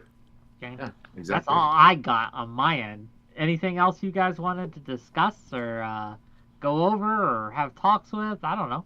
Do you have any big stuff coming up, Noah, that you want to shout out to my? Well, my big thing is industrial policy. That we're just now embarking on this amazing project of revamping our whole economic policy, trying to figure out what that's supposed to be, and that's really, really exciting time. So I think the discussions and sometimes battles and sometimes just innovations that define what our new economic policy paradigm is going to be. Reaganomics is out. The idea of like just leave everything to the market is out. What's going to replace that is not known yet. We are starting to put some of the pieces together, but we haven't. There's still just so much that's unknown about that. That is where the action is in terms of like policy and public discussions. That is so far mostly not the subject of bitter partisan battles, because I think both sides realize that we need to do this in some way. Uh-huh. And so that is where the interesting stuff is. And if you're looking for those interesting conversations where we just have technocratic conversations about like, how do we do this? How do we actually build a bunch of chip factories? How do we actually, build a bunch of batteries? How do we actually, what kind of other things might we want to build? Where should stuff get built, and how do we encourage this, and how can this revitalize the declining areas of America, like the Rust Belt and like small emptied out towns and stuff like that? And what other policies do we need to support it, like immigration policy? Those conversations are where the interesting like intellectual action is at, and that have not been invaded and subverted yet by crazy partisan screeching. And so I'm excited about that. Here's like two questions. I'm just curious how you feel about these, and you could take these either one or neither. The two questions I have is, one, I think we talked a little bit about housing policy last time. Do you feel like we're ever going to make progress on that? Because it actually seems intractable in the United States. And then the second one is, do you think the CHIPS Act was a good idea? Are we going to see progress from that? Yeah, those two questions. Yeah, go for it. Yeah, so the answer to those both yes. Actually, I'm very optimistic about both those. On housing, we're starting to see residential construction increase despite the high interest rates, which is a huge win. We are seeing some cities building housing faster than other cities, and rents have been restrained or even sometimes falling in those cities where they're building more housing. We see this clear correlation. We see rafts of YIMBY bills in California, which is the worst NIMBY state. We see YIMBY movements going mushrooming like mushrooms after the rain in cities across America as tech workers motivated by remote work move to Nashville, Denver, Bozeman, Austin, you name it. We see YIMBY movements start to follow them, as in like, we need a place to house this new influx of people so they don't go price regular folks out of their existing houses. And so you see this, it's very encouraging. California is in some sense went way too far and was with housing restriction, was a trendsetter in the 70s in that bad sense. But California will now be, I think, a trendsetter in the good sense of using state power to restrict local communities' ability to restrict housing, and that is really good. And I think we're going to see more of that, and we're already starting to see some progress, some real material progress in terms of the number of houses getting built and in terms of rents getting restrained in many places in the country. Can I ask a quick thing on that housing? I'm just so curious. I don't know if is this a real problem or a fictitious problem? Is there a subsection of Americans who own homes, got to refinance for historically low periods, but are priced out of their homes because the taxes on those homes become too high, or the taxes and insurance become too high? Are these people real? Do they actually exist? Or is this like a fictitious problem completely invented on social media? If you're an old person with no income except for your investments, and you have an expensive house that is appreciated a lot, and you have to pay a bunch of property tax, you may have to sell that house. That's right.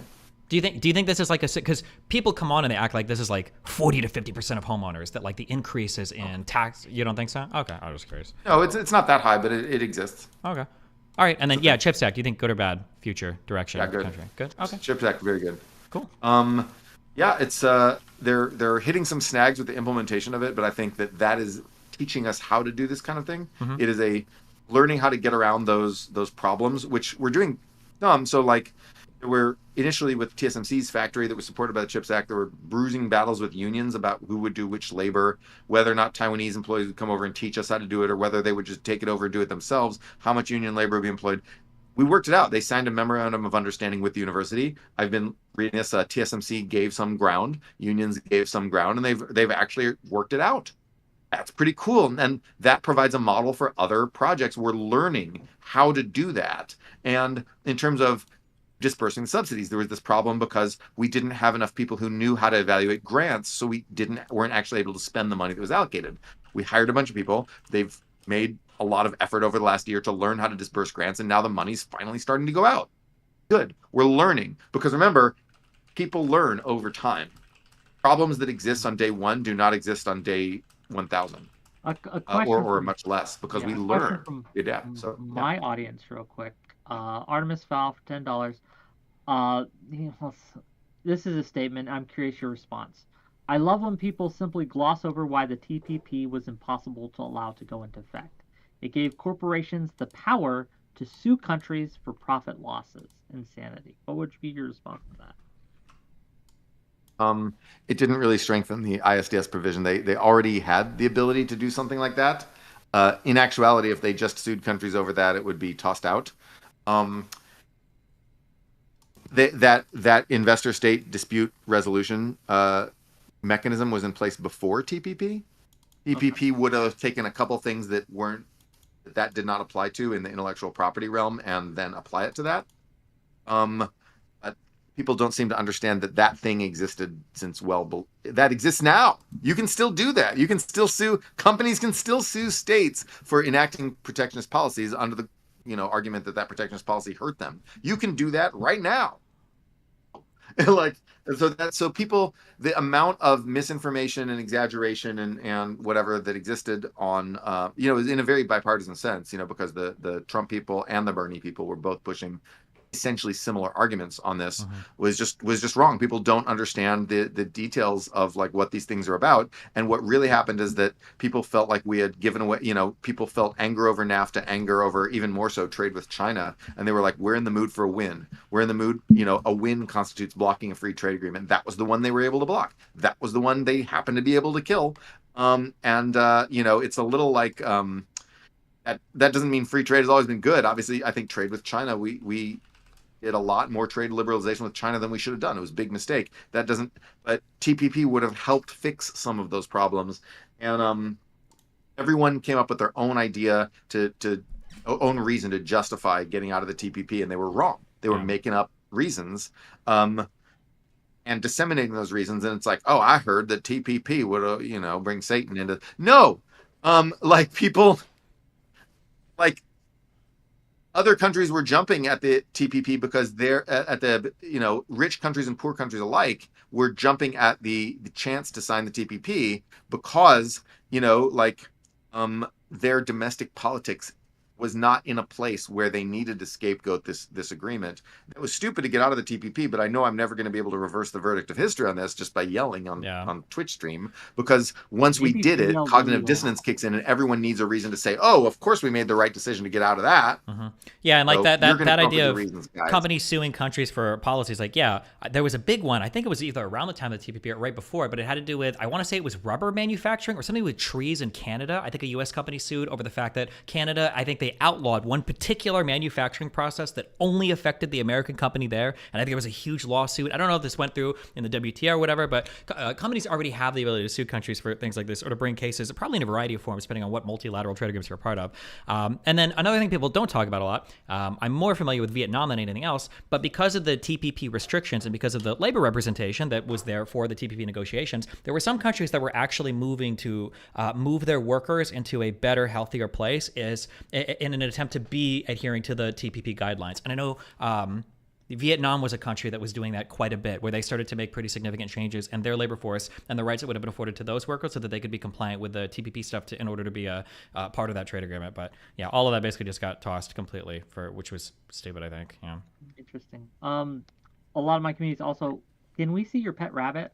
People really want to see the rabbit. Let me go check to see where he is. All right. Okay, go check. I don't know where he is. I'll have to go find him. Rabbit hunt. Possibility. Hold on. Let me go check. So this is the #1 request. We got a couple more super chats. I'll wait till he gets back to read them. I think this has been I like this style of discussion. I know a lot of people saying it's pretty monologue-y, but okay. The answer is yes. But I do have to go. So this is the last. Okay. Last thing. I have to also. I'm gonna unplug my microphone. And carry my laptop over to the thing. Will do.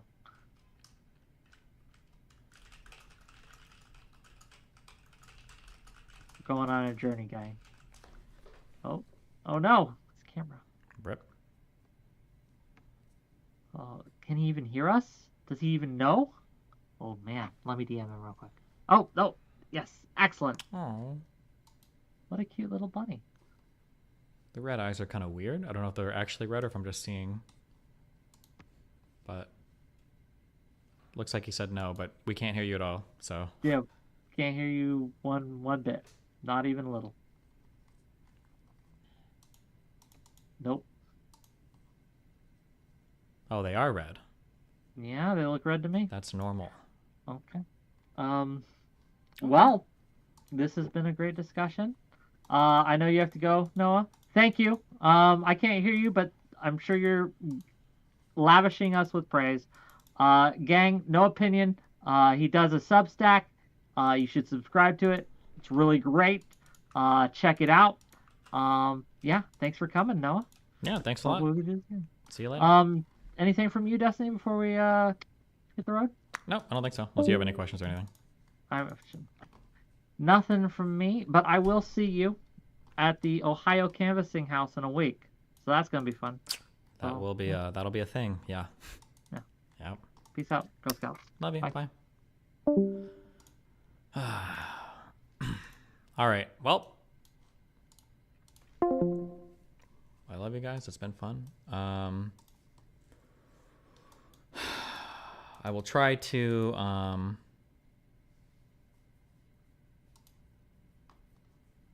Oh, wait. Before we go anywhere, listen. We are going to be on I'm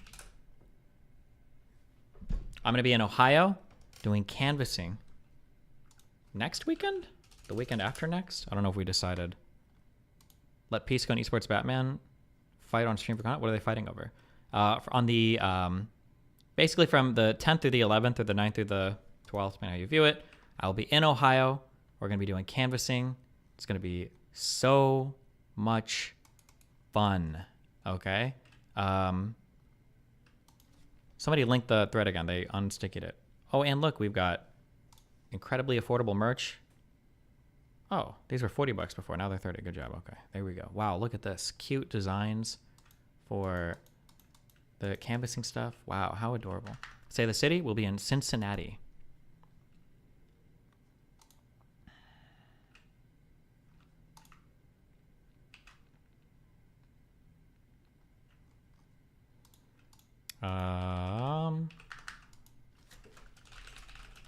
Here is your Reddit thread if you want to go sign up.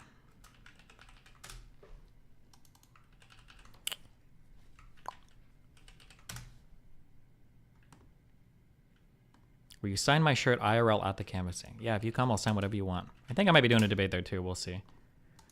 But yeah. Are you really speaking to JP tomorrow? Yeah, duh. Why do you think I'm leaving early today? So that I can go talk to him tomorrow. My good friend. Me and I call him Jord for short because we're so close. So, yep. But they're probably not going to live stream it. But yeah, I love you guys. It's been fun.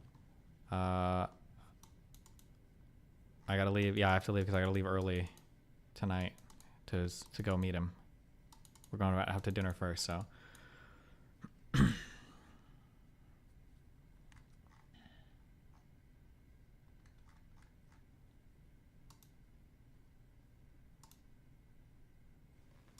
Yeah. All right.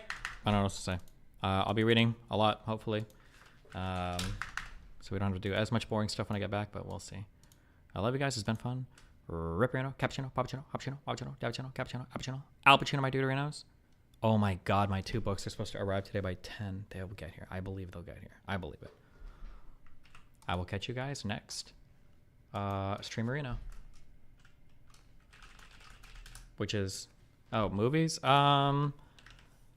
we want to do movies? The issue is that if I do end up IRL streaming, I'm gonna have to fight with fucking movies every fucking time I turn my stream on. It's the most obnoxious shit in the universe.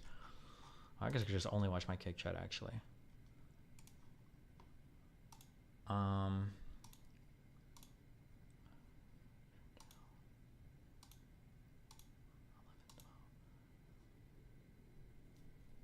Yeah, I guess you can do movies until the 12th. Okay. Actually, wait. I'll authorize movies right now until the 10th, until 12 a.m. on the morning of the 10th. Okay, through Saturday. Okay. Good luck. Rip. Peace out.